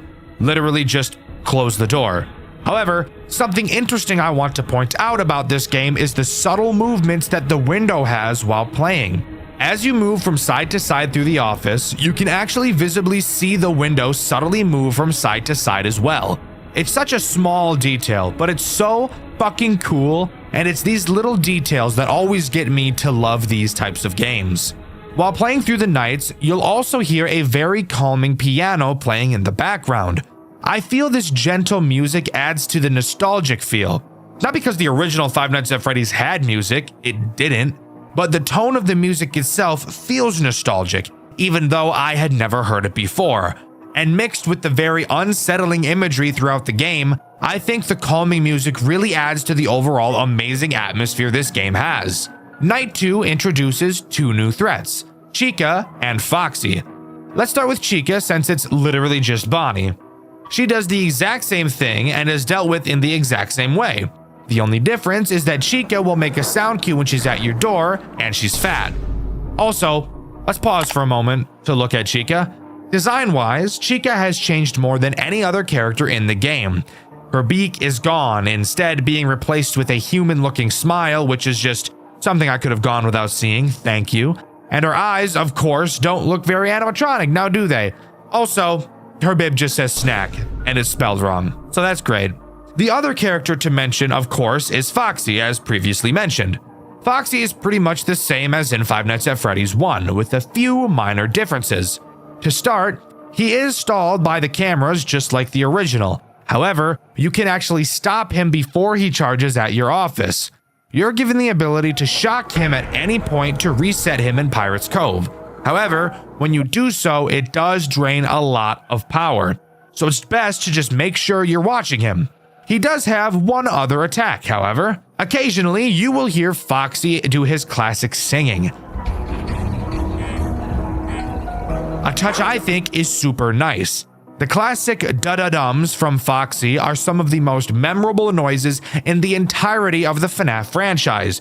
Right up there next to Freddy's death song, the FNAF 2 hallway ambience that makes me want to wipe my balls on a cheese grater, and the animatronic jump scare noises themselves. So adding them back into this game 100% contributed greatly to the nostalgia factor that this game was going for, and I love it. When you hear Foxy start to hum, a hook will appear on the ceiling of your office. You will have to simply click the hook to make it go away, or Foxy will obviously ravage your insides. However, this may go entirely unnoticed since the entirety of the game, as I'm sure you could already tell, is in black and white. So it is likely that you may miss the hook if you don't end up hearing the sound cue, inevitably leading to a game over. On night 3, Buddy tells us that he didn't think we'd make it this far, clearly showing some distress on how quickly we're progressing through his perfect game. He introduces Freddy to us on this night, and the fun can really begin. Of course, I'm not allowed to be happy for a long while playing a FNAF game, so Freddy obviously had to have a find him on the camera mechanic to completely soil my day. However, I actually don't think it's that bad in this game. Dexter, you always do this. Whenever you don't like a game, you nitpick it to death and talk about how you hate every detail. But when it comes to a game you like, you forgive almost everything in the game, even if it had the same mechanics or problems that another game had that you didn't like. You're a hypocrite. I'm not a hypocrite. You're just brain dead. We have to pause for a moment to make something clear, since it's obvious from reading some of your guys' comments that you have no idea how opinions work despite the fact you guys have so many of them. So let's get together and do a little opinion breakdown. To start, I hate when FNAF games put a find them on the camera mechanic into their game. I think it's bad, and I think it disrupts the flow of the game. However, I don't mind this mechanic in FNAF 1 Remake. Does this make me a hypocrite? The answer is no. Let me dumb it down for a bit for the people in the back who don't think too good. Let's imagine someone doesn't like tomatoes. Would you call them a hypocrite because they claim to like ketchup? No, you wouldn't. And this is the same thing. Dexter, no it isn't, because ketchup isn't just tomatoes. Ketchup has multiple other things in it. Ding, ding, ding! Congratulations, dumbass! You just connected the dots. Would you like a trophy? Well, too bad. You've been on this planet for way too long to finally be able to figure this out right now. In the same way that ketchup isn't just tomatoes, FNAF 1 Remake isn't just a find them on the camera mechanic. It's the mixture of that mechanic and everything else that the game has to offer that makes me tolerate it. And the rest of the game doesn't have every character require a shit ton of attention. So, taking a few seconds to find someone on the cameras actually doesn't disrupt the flow of the game at all, and therefore makes it a balanced integration of the mechanic. If that somehow still doesn't make sense to you, and you still think I'm a hypocrite who glazes every game I enjoy, then you are retarded and there's no saving you. Anyways, continuing, Freddy also has two other ways to attack you. The first is just teleporting directly into your fucking office. When he does, all you have to do is just stare into his big, innocent, sensual eyes. I mean, all you have to do is stare at him for a while and he'll teleport back to the stage. Something interesting to note here is that when he's in your office like this is the only time you'll be able to see his eyes. I don't know if that has anything to do with anything, but it's just something kind of cool I noticed. The final mechanic that Freddy has is to play Simon Says with you. Yes, I'm serious. Hey, this game is still an April Fool's joke after all. It can be as unserious as it wants to be. Occasionally, Freddy will drop a panel down into your office and 4 of the 9 panels will light up in a specific order. You will then have 10 seconds to repeat the pattern you saw. If you fuck up the order or take too long because you sit on TikTok and have the attention span of a toddler, then you will immediately get jump scared. And there you have it, the most mechanically complex character throughout the entire game. And you can quote me on that. Editor, quote me on that. I fucking dare you. Watch what happens. Al, piece of fucking shit-ass editor! I'm sorry, Al. I don't know what came over me there. Anyways, on to night 4. On night 4, Buddy talks to us once again, except this time something is a bit different. Buddy is growing nervous that we're about to beat the game. He expresses how he wishes it could go on forever, how he wishes he could make it go on forever. Night 4 doesn't introduce anything new and is just a harder version of Night 3. Night 5 is much the same. Buddy asks us if we're still having fun. He asks us if we will play again after we win, just like old times. It's becoming clear that Buddy is growing desperate, ironically holding on to the nostalgia more than we are. He doesn't want us to leave, and I get the weird feeling that he's not going to let us. And I was right. At 4 a.m. on night 5, Buddy ends the night abruptly to talk to us, finally showing himself. An uncanny drawing of Freddy. He's grown aggravated with our supposed lack of appreciation of his masterpiece. He thinks that by us beating the game that we're just going to throw him and his creation aside to forget about. He grows more and more morphed as his anger gets the best of him, and he decides once and for all to make one final change to make this game truly perfect for us, getting rid of every mechanic we've seen so far and replacing it all with him, throwing us right in to night 6. Oh, that's awesome. Thank you. We open to the office and see what it has become. Buddy's new creation. The scenery is morphed like it's underwater, and the monitors have been added to our office. Even the header of the window has changed to "keep going" in all caps. Buddy by far is the most complex character in this entire game. Al, don't you dare play that fucking quote! The most mechanically complex character throughout the entire game. You asshole. Well, whatever. I guess I lied back there, but who cares now? Buddy is the most complex character, so eat my nuts. Let's start with Buddy's main mechanic, sprinting as fast as possible directly into your door. You'll know when he's about to attack because you'll hear the loudest footsteps of all time pile driving directly towards you. You will have to quickly close the door to whichever side he's attacking and listen to him pound on the door as loud as fuck. Buddy also has the chance to attack your doors without booking it, so you will have to use the hall lights to see if he's there, and if he is, just hold the light on him until he disappears. He attacks very often and very quickly, so make sure you're on your A game. Buddy has two other ways to completely drill into your butt like he's digging for gold. You'll notice in your office that 2 monitors have appeared. That is not a coincidence, and it is actually a mechanic, if you can believe that. Throughout the night, Buddy has a chance to hack these monitors. When he does, all you have to do is click them to shut them off. If you don't, they will very quickly begin to drain your power faster than my female coworker drains my patience. And finally, Buddy has the chance to infect your cameras with a virus. When he does, you'll have to find the virus on the cameras and close them before they totally beam you. If you don't do that and instead allow them to beam you, the virus will cause your power to go out. And Buddy will crip walk into your office, rubbing his hands together and licking his lips before diving into your crack to have a quick little nibble. Keep in mind, Buddy is very fast and you will be getting attacked consistently throughout the night.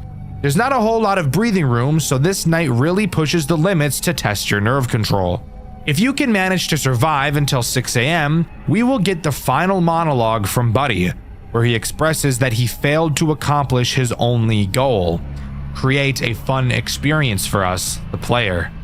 He says he'll cease to exist once the game is closed, saying he's only data and checked boxes, breaking the fourth wall and referencing what I can only assume to be Click Team Fusion code, which is primarily made up of checkboxes. He finalizes his monologue by stating he will forever roam around the darkness of our minds and asks us not to pity him. He apologizes one final time and hopes that we had a good time with his creation. And yes, Buddy. Yes, I did. And with that, that's all FNAF 1 Remake has to offer. There's not much more besides the custom night and a real-time 6-hour night, which I will not be touching in my entire life, thank you very much. But for a game this good and creative, I think most would be surprised to hear that it was developed in only 2 months. And I think that's fucking crazy. That's such a small amount of time for an indie dev. And I think everyone can agree when I say it turned out great. The game isn't too difficult. The designs are amazing. The atmosphere is uncomfortable and nostalgic, and it does a near perfect job of telling the story of desperation. Buddy's goal was to scare you, to appeal to how FNAF seemed when we were kids. And as we progressed through the nights, he grew desperate that we would beat it and we'd never come back. So he forces a 6th night on us in a desperate attempt to get us to stay. But after completing it, he gives up completely. He has nothing left to give us, and he knows that as soon as that window closes, we're never going to play again. And I think this is truly the most amazing part of this game. Fuck the atmosphere, fuck the designs, fuck the gameplay. This story is honestly, if not one of the best I've ever seen come out of any FNAF game. Or really any game for that matter, ever. And that cannot go overlooked. But let me know what you think. Do you agree with me, or do you think this game is just YouTube thumbnail slop? Let me know in the comments below. In my Tubbyland Archives video, I asked you guys what the most frustrating experience you've had in a FNAF game was, and my favorite comment was this one by Drews. They said Post Shift 2 in its entirety, and of course I agree. I think everyone knows how buttfuck difficult that game is, and I'm sure at some point I'll cave and end up covering it. Let me know if that's something you'd be interested in seeing in the comments below. I also want to take this time to apologize for the shortness of this video. This game really didn't have much to cover, but I really didn't want to gloss over how much I enjoyed the story, as it truly is one of the best I've ever seen. So I'm sorry if you were expecting another long 20+ minute video. I'll be having some really long fucking videos coming out in the near future, so stay tuned for that. Recently, I've been covering a lot of very well-known fan games on this channel. Five Nights at Candy's, Pop Goes, and Animatronic Memories are probably names you're all familiar with. Recently, I've been looking for a FNAF game to cover that I personally had never heard of, and today I've definitely found one. I'm not gonna lie to you, it's super weird, but however, it does have its charm and an amazing story. So, let's waste no time and hop right into Tales of the Bunnyman. Tales of the Bunnyman opens with a cutscene that reminds me a lot of the old official Five Nights at Freddy's trailers, specifically Five Nights at Freddy's 2. We get several shots of the pizzeria interlaced with pieces of dialogue explaining the exposition of the story. We play as a man named Vincent Baldwin, who we later learn used to be a night guard and is one of the missing children's fathers, the father of Cassidy. We're entering the building to do some investigating and find out where our missing child went. And with our motive in mind, we're safe to head into Night 1 and start talking about what this game really has to offer. Night 1 introduces two characters, but before I start talking about them, I want to talk about the office itself. In our office, the first thing I want to get out of the way is this picture. I don't know who this is. I checked the wiki and couldn't figure out who this is. That's it. I just don't know who this is. Anyways, on to something actually important. The coolest thing I noticed about this office is that there are actually two rooms that we can move between. The typical office room and the boiler room. I'll talk more about the boiler room later when it becomes important. The door to the boiler room can be held shut, as animatronics will actually have to travel through it in order to get to your office. The only other things in our office is our camera system and a giant gift box. We can hide inside of this gift box to be able to protect ourselves from the first major threat of this night, Foxy. Foxy behaves pretty much exactly the same as in Five Nights at Freddy's 1. He starts on Pirate's Cove and makes his way through some phases before attacking. However, something unique about Foxy is he actually has two completely different attacks he can perform, each of which requires you to do something completely different to counteract him. The first attack he has is pretty simple. After he leaves Pirate's Cove, he will charge towards your office. When he does, you'll have to quickly jump inside the present until you hear him run away, after which you can jump back out and continue. His other attack is unfortunately a mechanic I've grown to dislike more and more as I play FNAF games. After leaving Pirate's Cove, Foxy has a chance to appear randomly on one of your cameras. When he does, all you have to do is find him and stare at him until he goes back to Pirate's Cove. This is mainly a me thing, but I've personally grown tired of the find them on the cameras mechanic. Yes, I do play Five Nights at Freddy's for a living, so yes, I'm going to see repeated mechanics a lot.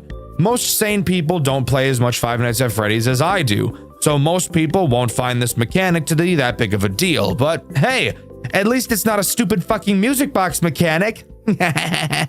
We'll talk about that later. The only other threat introduced on this night is Bonnie. Bonnie is incredibly simple in how he works, as is typical in most FNAF games that feature him. Bonnie will make his way through the building and to your office. Afterwards, you'll be able to hear him at your door. You'll need to quickly go up to the door and hold it shut until you hear him leave, like Five Nights at Freddy's 4. When you do, you'll know it's safe to reopen the door and continue the night. Very basic. That's just how we like Bonnie, isn't it, guys? Right? You like it when Bonnie's basic, right? You wouldn't want Bonnie to just hop bottom right into your office and start fingering you, would you? Freak. And with that, we can move on to the post-Night 1 minigame. Here's where we get to talking a lot about how cool this game really is. This game does narrative storytelling in a different way than any other FNAF game I've ever seen. Instead of an 8-bit minigame or a slideshow lore dump, Tales of the Bunnyman turns into a visual novel during the post-night sections, having you play in the perspective of a different character each night. I think this is actually super cool. While yes, you may think that it looks straight out of a My Hero Academia DeviantArt fan page, it is very clear that an amazing amount of care and effort went into these post-night sections, and that cannot go unnoticed. Before I really start talking about the lore of this game, I need to make it incredibly clear that there was so much poured into this story. There's so many details that I could point out that would make this video quite literally take hours to complete. And while I'd love to be able to talk about all of it, I don't have the confidence in myself to do so, and to be able to portray it in the way that it rightfully deserves. I'll be going over what happens in the story, but I won't be diving into every single minute detail, and I apologize if you were hoping that I would. Anyways, in this minigame, we play in the perspective of Jeremy Jr. Fitzgerald. After hanging out with his friends at Freddy Fazbear's, he notices that his mom has not yet come to pick him up. After waiting an extended period of time, he decides to just watch the performance on stage. Hearing a strange whistling coming from backstage, he enters to investigate, only to abruptly get abducted and murdered by the Bunnyman, going on to possess Bonnie. I honestly think that these post-night minigames are a breath of fresh air in this genre. I've never seen anything like it before, and I'd love to see more FNAF games try to do something new like this to tell their story. But now it's time for us to move on to Night 2. Night 2 only introduces one new thread, that being Chica. Chica does exactly what you'd expect her to do, and no, I don't mean eating until she pops like a balloon. What I really mean is moving through the cameras and then going to your office. Oh my fucking god, that is gross. Yuck. Fucking yuck, bro. She does go through one additional camera compared to Bonnie, making you see her less often than him, but other than that, she's exactly the same as Bonnie. I'll also use this night to talk about the only thing I dislike about this game. The mouse. Oh my god, this mouse is atrocious. Oh no, this mouse is really bad.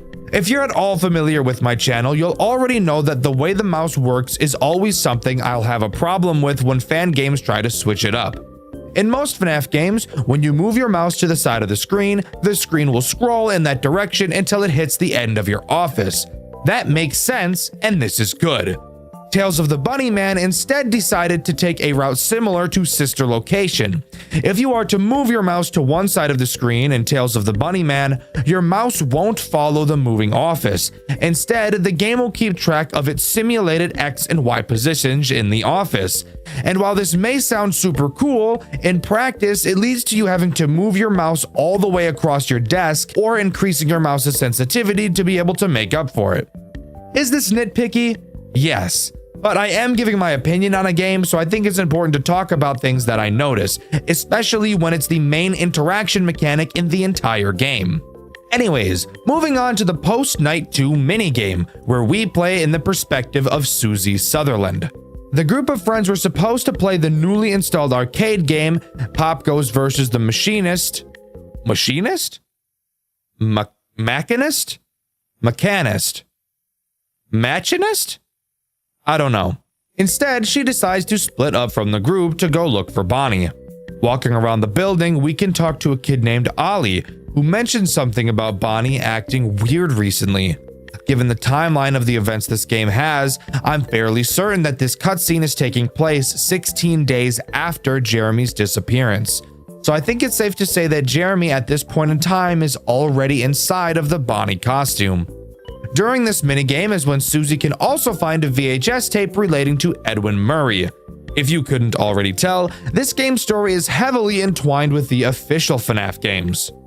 Later, Susie heads over to Pirate's Cove to get a peek at Foxy, getting startled by William inside of the Spring Bonnie suit. It's at this point I need to mention two things.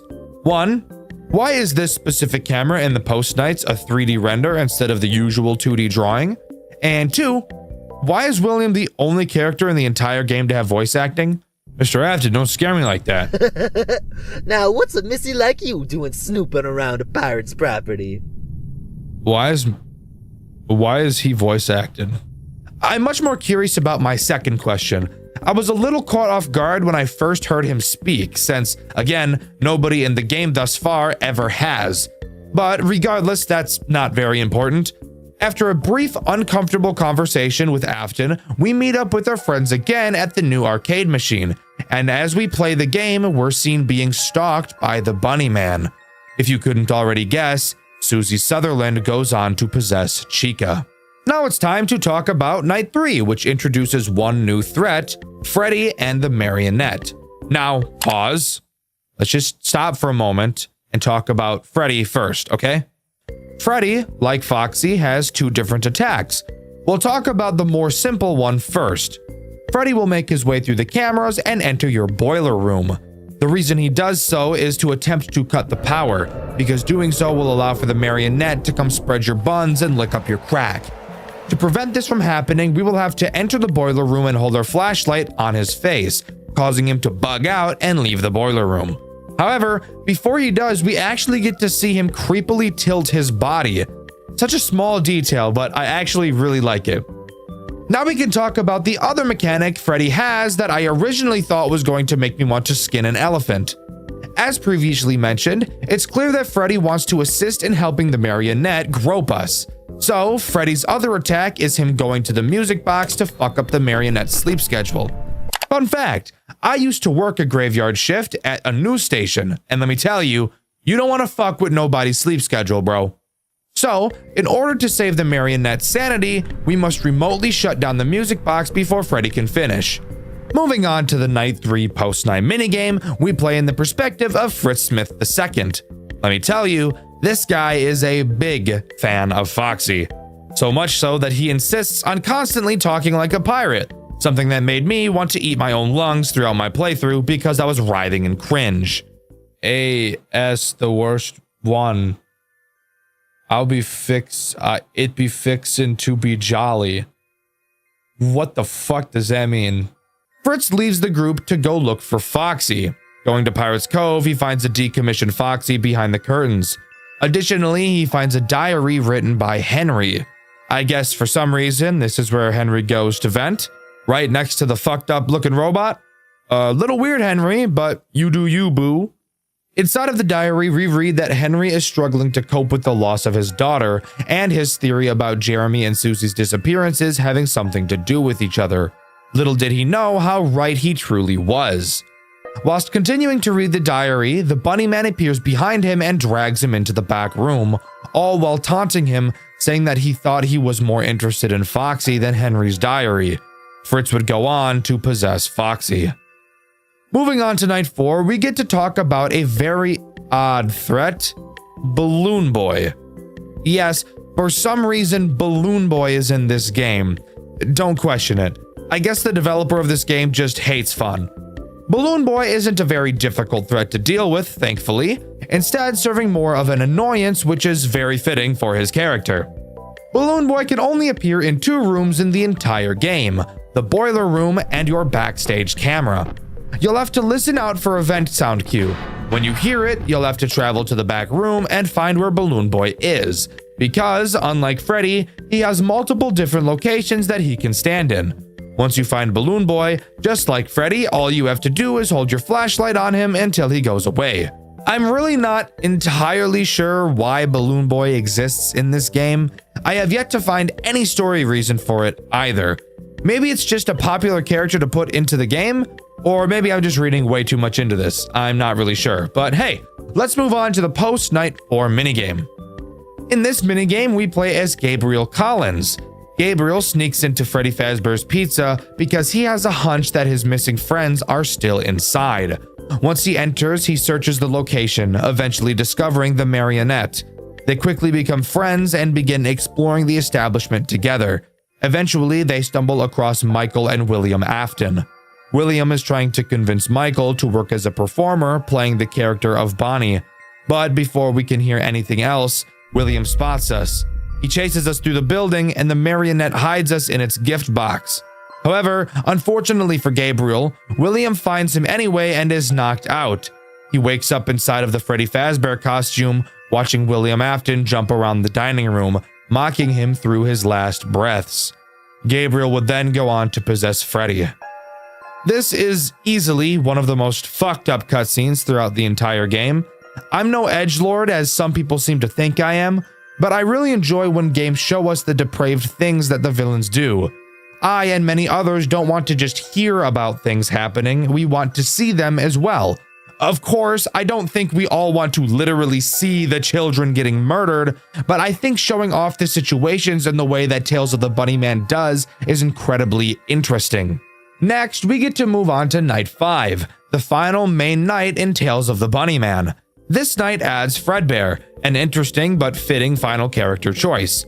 Fredbear acts as an everything character, being able to take on the role of every animatronic besides Balloon Boy and Foxy. However, unlike most everything nights that take place in other FNAF games, Fredbear is active alongside each other animatronic, adding one more layer of stress to the nights. Again, he doesn't have any unique mechanics by himself, but this time I'm honestly okay with that, only because the other characters are still active. It's at this point I want to bring up something I should have brought up a long time ago: the character designs. From what I've seen, the community seems to be pretty split on their opinions of these character designs. A lot of people love them and think that in combination with the grungy environment, it makes them look very creepy. However, on the other hand, I've seen plenty of people who think that the designs look unprofessional and seemingly come out of a game that came out many years ago. I personally have no problems with the character designs. I think they look creepy and uncomfortable. However, I do think that the texturing on the characters does look a bit odd, but nothing that I feel takes away from the immersion. Let me know what you guys think in the comments. Also, since I'm being a little meta right now, go subscribe to my new channel, Dexter Gray. I cover non-FNAF horror games over there, and we have a lot of fun. Anyways, moving on to the final post-night minigame where we play in the perspective of Cassandra Baldwin, or better known, Cassidy. Now, noticing that she's the only member of her friend group that hasn't gone missing, she vows to figure out what happened to them and find where they all disappeared to. Entering the back room, she finds a Fredbear plushie which, throughout the game, has been shown to be able to teleport on its own, and yet, for some reason, nobody felt like that was weird at all. This is really the only gripe I have with this story, the plushie teleporting around, and multiple people know about this, yet nobody is at all a little concerned about it. On top of that, it is literally never once elaborated on or explained why this happens. I can't even draw a conclusion because there's quite literally no reason, but let's try to put that behind us for a moment and continue.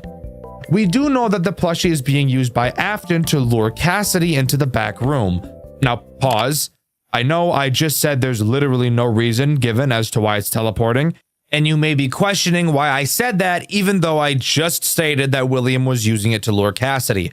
However, that still doesn't explain how it was fucking teleporting, and still doesn't explain why nobody gave that a second thought.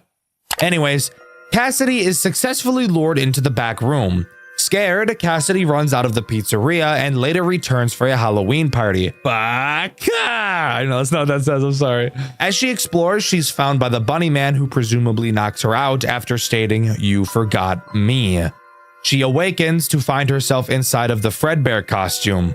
William explains that originally he planned to save the Fredbear costume for Henry, but decided to use it for Cassidy instead.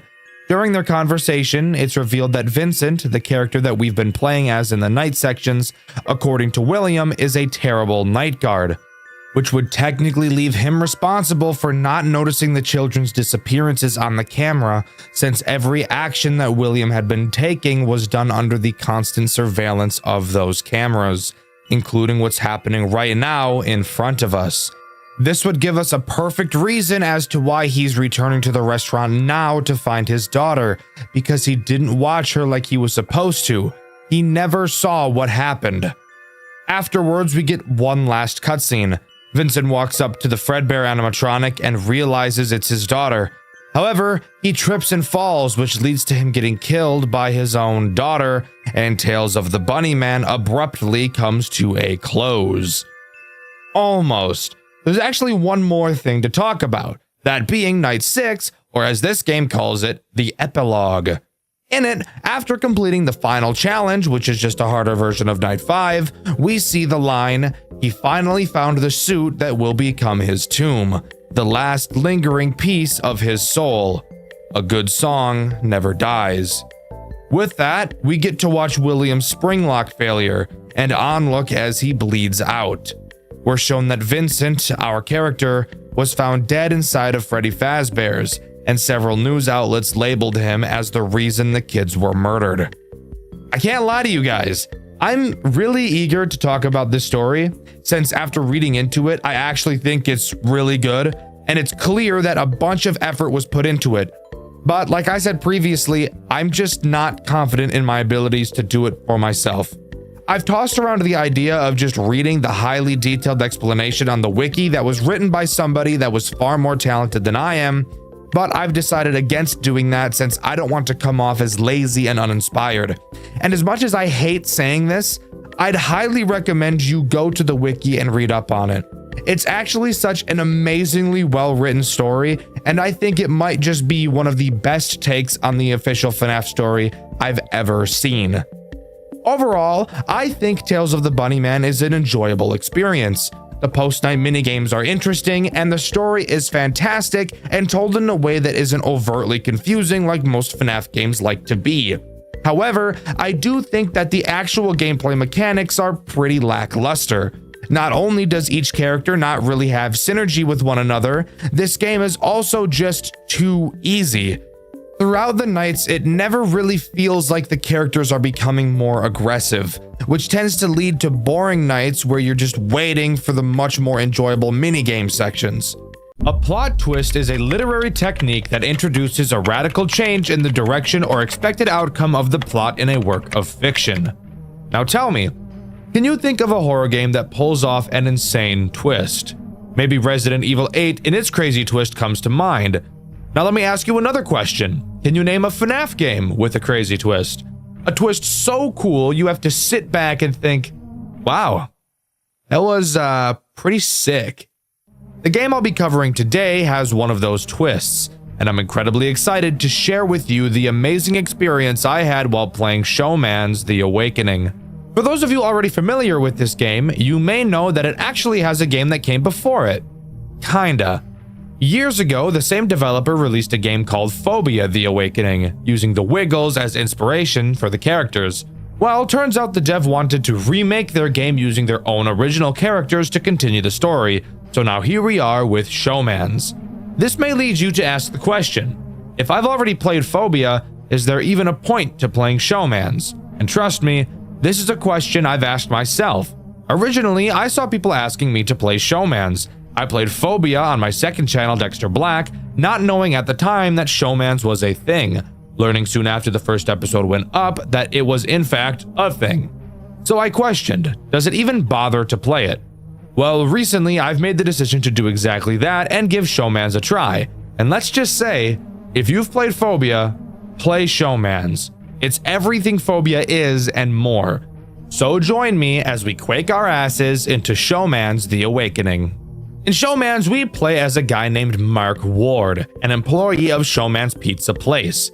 And in night 1, we're introduced to 2 of the animatronics that will be trying to insert their fingers into orifices we'd really prefer they keep their grubby little hands away from. But before we can talk about them, we should talk about the tools at our disposal. Something really interesting you'll notice about the office is that you're able to look everywhere. Up, down, left, right, behind you, below you. It's actually really cool. It's really the first thing I noticed jumping into the game.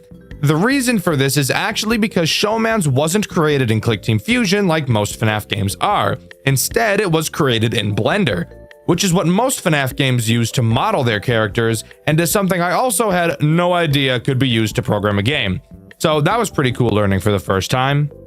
Anyways, you'll see 2 large hallways on your left and right, which you can light up using buttons on your desk. In front of you is this lady. Hey, hottie. She's not hot, I'm not even gonna lie, she's not even bad. Who we'll be talking about later in the video. And if you look behind you, you'll be able to see the clock where you can tell how much longer of the night you have to get through. Oh yeah, and of course, there's cameras, because it really wouldn't be a FNAF game without those. With that out of the way, now we can talk about the first two threats this game introduces, Johnny and Harry. Now I know, those names aren't very normal sounding when thinking in terms of Five Nights at Freddy's, when usually we're having names so utterly stupid you'd be forced to think they were a fictional character.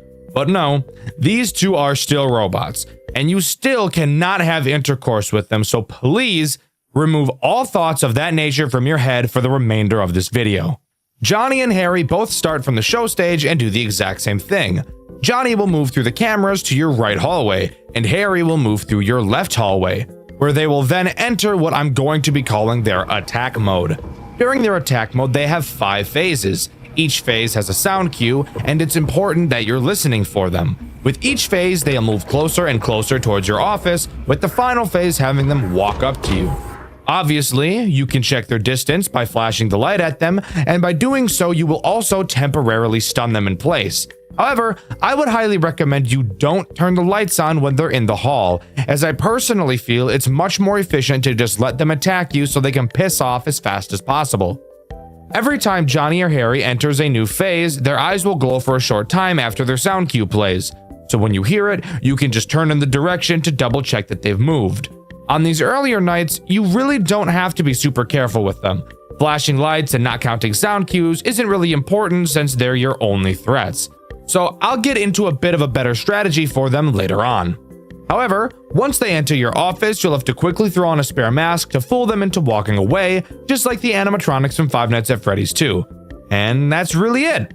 Night 1 is pretty damn easy, really just introducing the basics needed to understand 2 very important mechanics. After beating Night 1, we see a cutscene, something that was not originally in Phobia. In it, we meet with the founder of Showman's, Jason Baker. He confirms with us that only Johnny and Harry were active on our shift, and we confirm.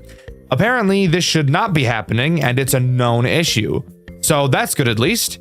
Jason tells us that a previous employee mentioned more characters moving, which in all honesty doesn't bode well for my anus, given the fact we still have 5 more nights of this to deal with. But we get our things and go home for the night, only to come back to work in the morning.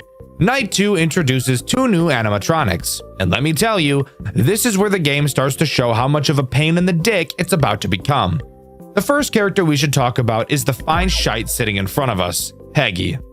Peggy reminds me a lot of the scrapped animatronics from Five Nights at Freddy's Pizzeria Simulator, just given the fact of the way she moves subtly like them. She also reminds me a lot of what Anissa's husband really doesn't want her to do to him. Whenever you're not looking at her, whether that be checking on the cameras, looking at the hallways, or checking the clock behind you, Peggy has a chance to advance phases. You'll be able to see her start by looking down and slowly transfer through the phases until she's ready to attack. In order to reset her, all you have to do is flip the breaker switch on your desk to shock her and she'll reset.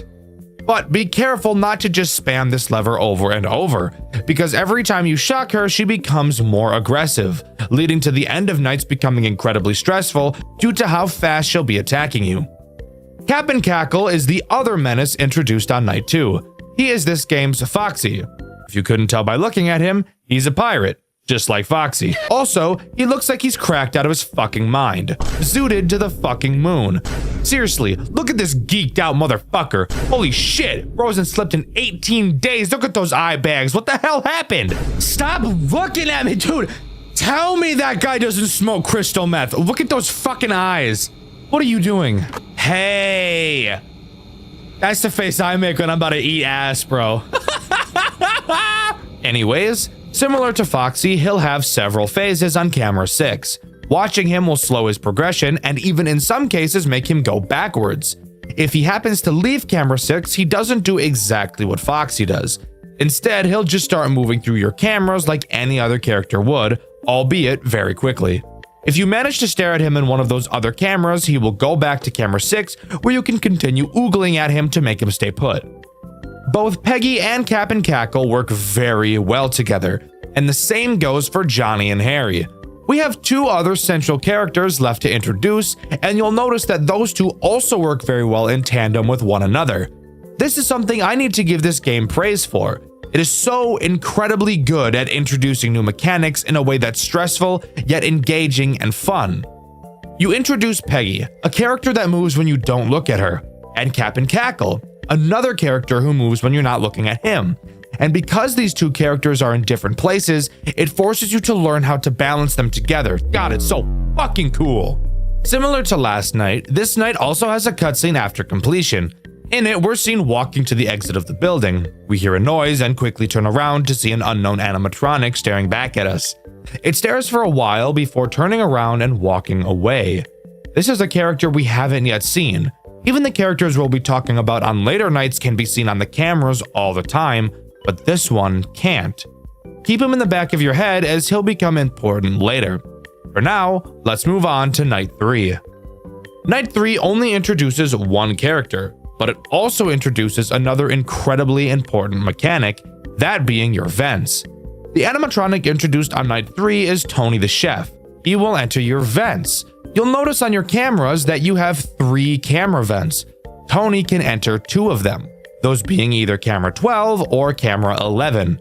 In these vents, he will have multiple phases he will move through before attempting to enter your office. With each movement, a very quiet sound cue will play, a stark contrast to Phobia where the sound cue was very noticeable. By double-clicking on a vent cam, you can lock the vent. Locking a vent uses no power because the game has no power to begin with. Praise God. Once a vent is closed, you can keep it closed as long as you'd like, with no consequences. The only downside is that you can only close one vent at a time. So this night really isn't all too different from Night 2. Well, now's the time when I want to talk about sound cue counting with Johnny and Harry, as it's this night where you'll probably want to start getting used to doing that. As I mentioned earlier, Johnny and Harry each have 5 different phases in your hallway. The first is when they initially enter the hallway. You'll be able to tell because you can see their eyes in the hallway for a brief moment, and because you'll be able to hear their big ol' feet stomping around, kind of like I want Toy Chica to stomp on my testicles. Once one of them enters your hallway, you can stop checking on them and focus on listening. Start a mental count of 3 in your head. All sounds in this game are directional, so that really helps. Whenever you hear footsteps on either side of you, decrease that side's number by 1. Once the counter reaches 0, you know that the next time you hear footsteps from that side is when they'll walk into your office to attack. Okay, 4 left, or 3 till he's at the last stage. 2 left until he hits door. Okay, 1 more. And he's at the line. He's walking the thin line. 1 more. I want to see how close I can cut it. Hi. Oh, yes. Yeah, that's awesome. Thanks for that. Doing this while they're both attacking you at the same time can get a little overwhelming, and on later nights they do like to attack together a lot. But if you can nail this counting strategy, they really shouldn't be too much of an issue. After completing Night 3, we get to watch another lovely cutscene. In it, we're looking through the factory for who the fuck knows what. We open a crate and find a Johnny plush inside. Seeing this toy seems to trigger some primal instinct in us, and we pass the fuck out. Honestly, bro, probably not the greatest place to lose consciousness, I'm not even gonna front. We awake in another room, only to look up and see Showman. Scared as shit, we wake up from our slumber only to realize it was a short dream we had after we had passed out. There is clearly something mentally wrong with our dear, beloved Mark. We just have to figure out what it is. Night 4 introduces the man himself, Showman. Showman works in perfect tandem with Tony, also attacking your vents. Although, unlike Tony, Showman can only attack your camera 13 vent. However, he also fucking loves to do this at the same time that Tony is jumping penis first into your vents. Showman only has 3 phases in the vent before attacking, so notably faster than Tony. So while both of them are attacking your vent, you really have to be counting their positions to figure out whose vent you need to close first, because once again, you can only have one closed at a time. If one of those fuckers get into your office, they're gonna crank that soldier boy and clock you in the jaw. I'm just gonna go ahead and put this on and hope to God. Okay, so it didn't work. I couldn't tell which one was closer, bro. I thought the guy I had blocked off was closer. I couldn't tell. All in all, each character is incredibly easy to deal with, but because of how perfectly they all work together, it can lead to an incredibly stressful experience trying to play against all of them at the same time. However, Never at any point throughout my playthrough did I feel like this game was unfair or that RNG was too much of a factor. This game, dare I say it, might have borderline perfect video game balancing. After completing night 4, of course, we get another cutscene. This one taking place before we go to work for the night. Before we enter our car, we get a call from Jason, telling us not to come in to work tonight. He says things are getting too dangerous and that it would be unsafe for us to go through our shift. We agree to not go in tonight, except the plot twist is that I fucking lied and we're gonna go in anyways, because we hate authority like a 16-year-old white boy from the suburbs. On night 5, we get a call from the phone guy, and let me tell you, he is absolutely pissed that we decided to come in for the night. He explains that anything in that building that moves will be demolished in the morning. He tells us to do whatever it is we're trying to do and get out, because they're not going to send anyone into the building to get us out. Other than that, Night 5 is exactly what you'd think it is, just a much more difficult version of Night 4, really testing your reflexes and especially your nerve control. But on this night is when I have to bring up really the only problem I have with this game. Volume. This game is actually the loudest fucking game on planet Earth. Holy shit, everything makes noise, and it makes a damn lot of it at that. There are typically ambient sounds in FNAF games, but for the love of God, this game plays intense music throughout most of the night, and it is loud as dick and balls. Want to hear the best part? As you get closer and closer to 6 a.m., the music adds more components and gets even fucking louder! This really doesn't help when so much of my strategy revolved around listening to sound cues. It's fucking crazy just how loud this game is! Now granted, was this something that was intended? Most definitely. And I'm not even saying that it's a bad thing, because obviously inherently it isn't. I was still able to beat the game just fine, and I feel like most other people would be able to beat it just fine as well. But this is something I couldn't not talk about. I love this game, but of course I'm not going to always be able to glaze everything I see, and I think this is truly the only flaw this game has. But hey, who gives a fuck about what I think? Let's move on to the cutscene, baby. Let me just say, I love this cutscene. I think everything about it is great. The pacing, the acting, everything is just so good that I don't want to ruin it by just talking about it. I'd much rather just show you.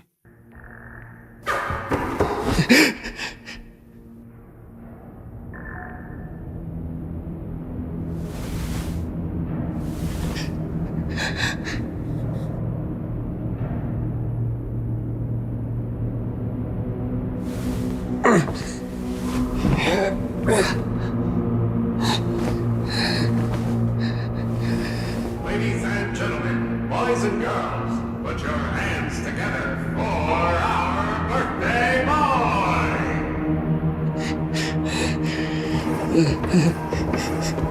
Just leave me alone.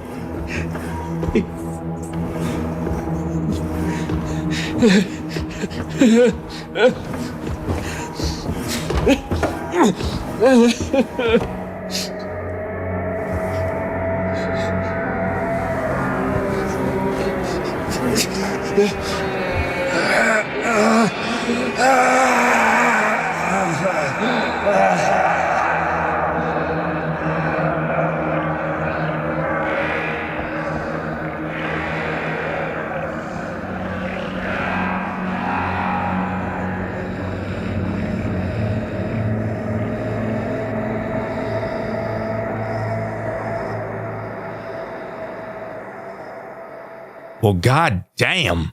We really should have listened and not come back, huh? So, it's safe to say that our pal Mark really got fucked here.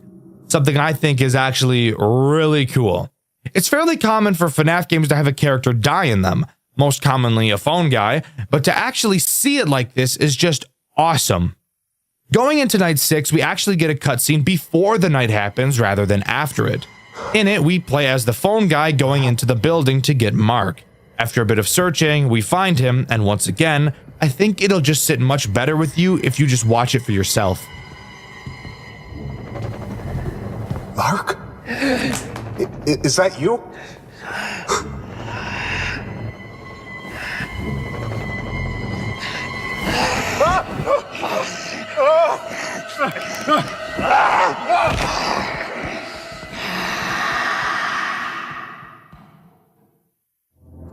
You shouldn't have went in there, bro. You shouldn't have went in there, bro. You shouldn't have went in there, bro. You should have done that shit. Oh, fuck. Oh, God. Oh, God. Oh, What do my I do? God. What do I do? Keep yourself together. Are you fucking me? That's right. Turns out Mark isn't dead, but is just kind of possessed.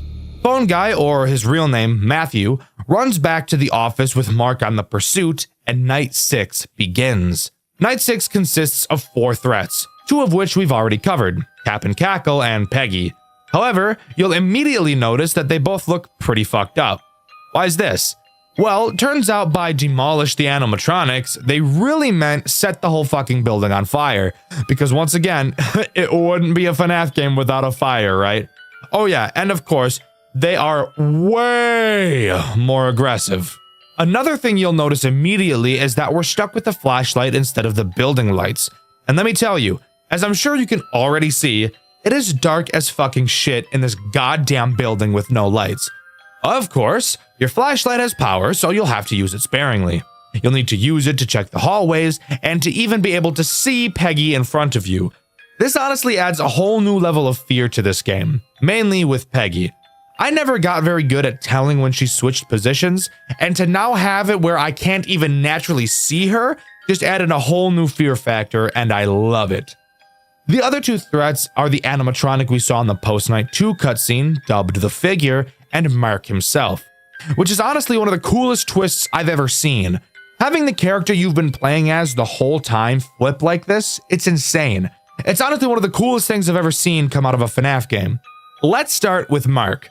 Mark works the same as Harry and Johnny, except I feel like he's even easier. He can attack from either of the 2 halls, and unlike Johnny and Harry, you cannot see his eyes. He's also much, much quieter. The reason I think he's easier?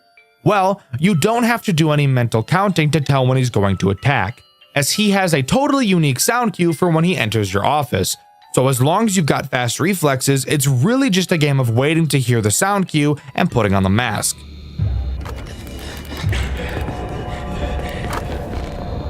The final new threat on this night is, of course, the Figure. He takes the place of Tony and Showman attacking your vents.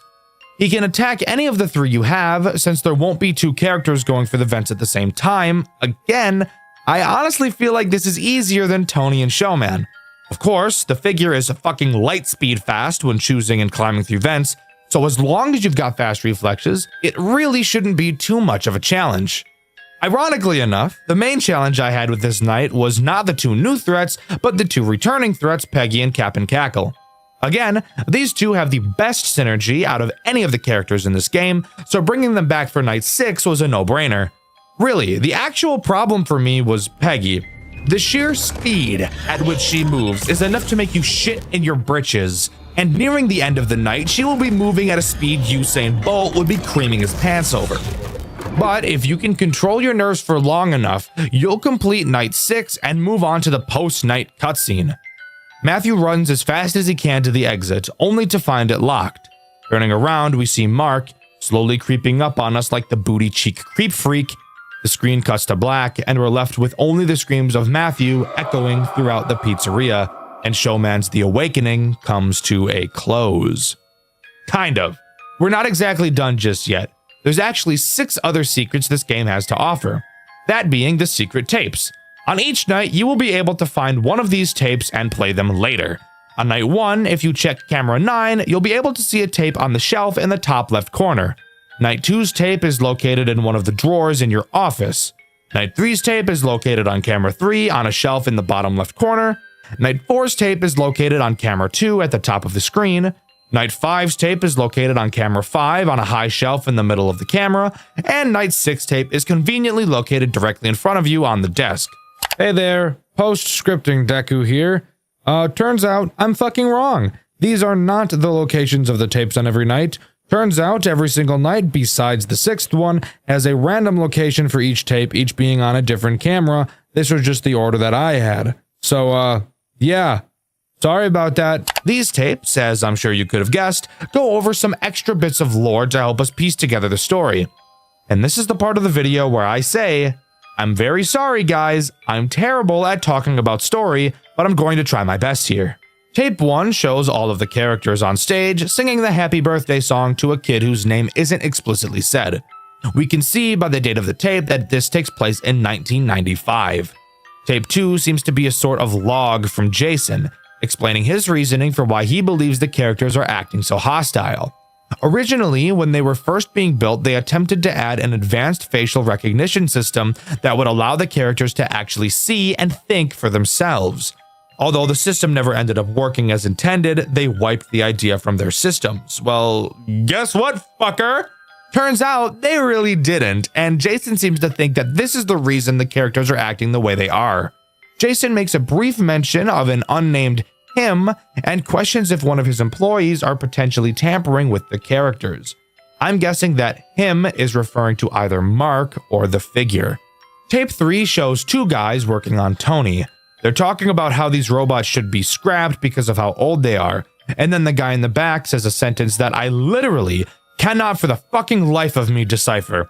Like many other things in this game, the static that plays during these cutscenes is so fucking loud I can't hear anything except it. I'll play what he says here, and if any of you guys can decipher it, please let me know in the comments. That company's been up in deals with recently. Why? Tape 4 is one of my favorites. It really gives off the FNAF VHS style that I really like. A maintenance worker is running a test on Cap'n Cackle. It doesn't quite go as planned as he bugs out, so they restart him and then get attacked. Afterwards, showing the lifeless corpse of the employee laying on the floor in front of Cap'n Cackle. It's just such an unnerving moment to see this in person. Usually when it comes to FNAF games and death, you don't see it. So seeing it in a game like this is really unnerving, and it adds a sort of realism to the actual events that are taking place. Tape 5 is probably my favorite of all the tapes, being the most terrifying in my opinion. In it, we're in the perspective of what sounds like a young girl. Hiding under a table, we hear a scream from another room. Shortly after, Johnny walks into the room and starts to look around. The girl accidentally makes a noise, and when she looks back up, Johnny is staring at her. And he quickly goes for the kill. This is such a fucking horrific and terrifying situation to think about being in, and I think that's why I like it so much. Just imagining being in the same situation makes my hair stand. Tape number 6 is an odd one. We appear to be being spoken to by the figure. He tells us that the birthday we saw earlier was Timmy's 12th birthday. He had 2 of his friends with him that day, and it was a party made specifically for him. Then we see 3 drawings of his friends, all of them sad. The figure appears in front of us and slowly glances up before the tape ends. Again, as I've previously stated, lore analysis is not my strong suit at all, so I really can't even begin to imagine what anything here means. I know robots mad and robots kill, and I think that is neat enough. Overall, Showman's The Awakening is such a big step up from Phobia, and while I still do love that game, I think I love Showman's even more.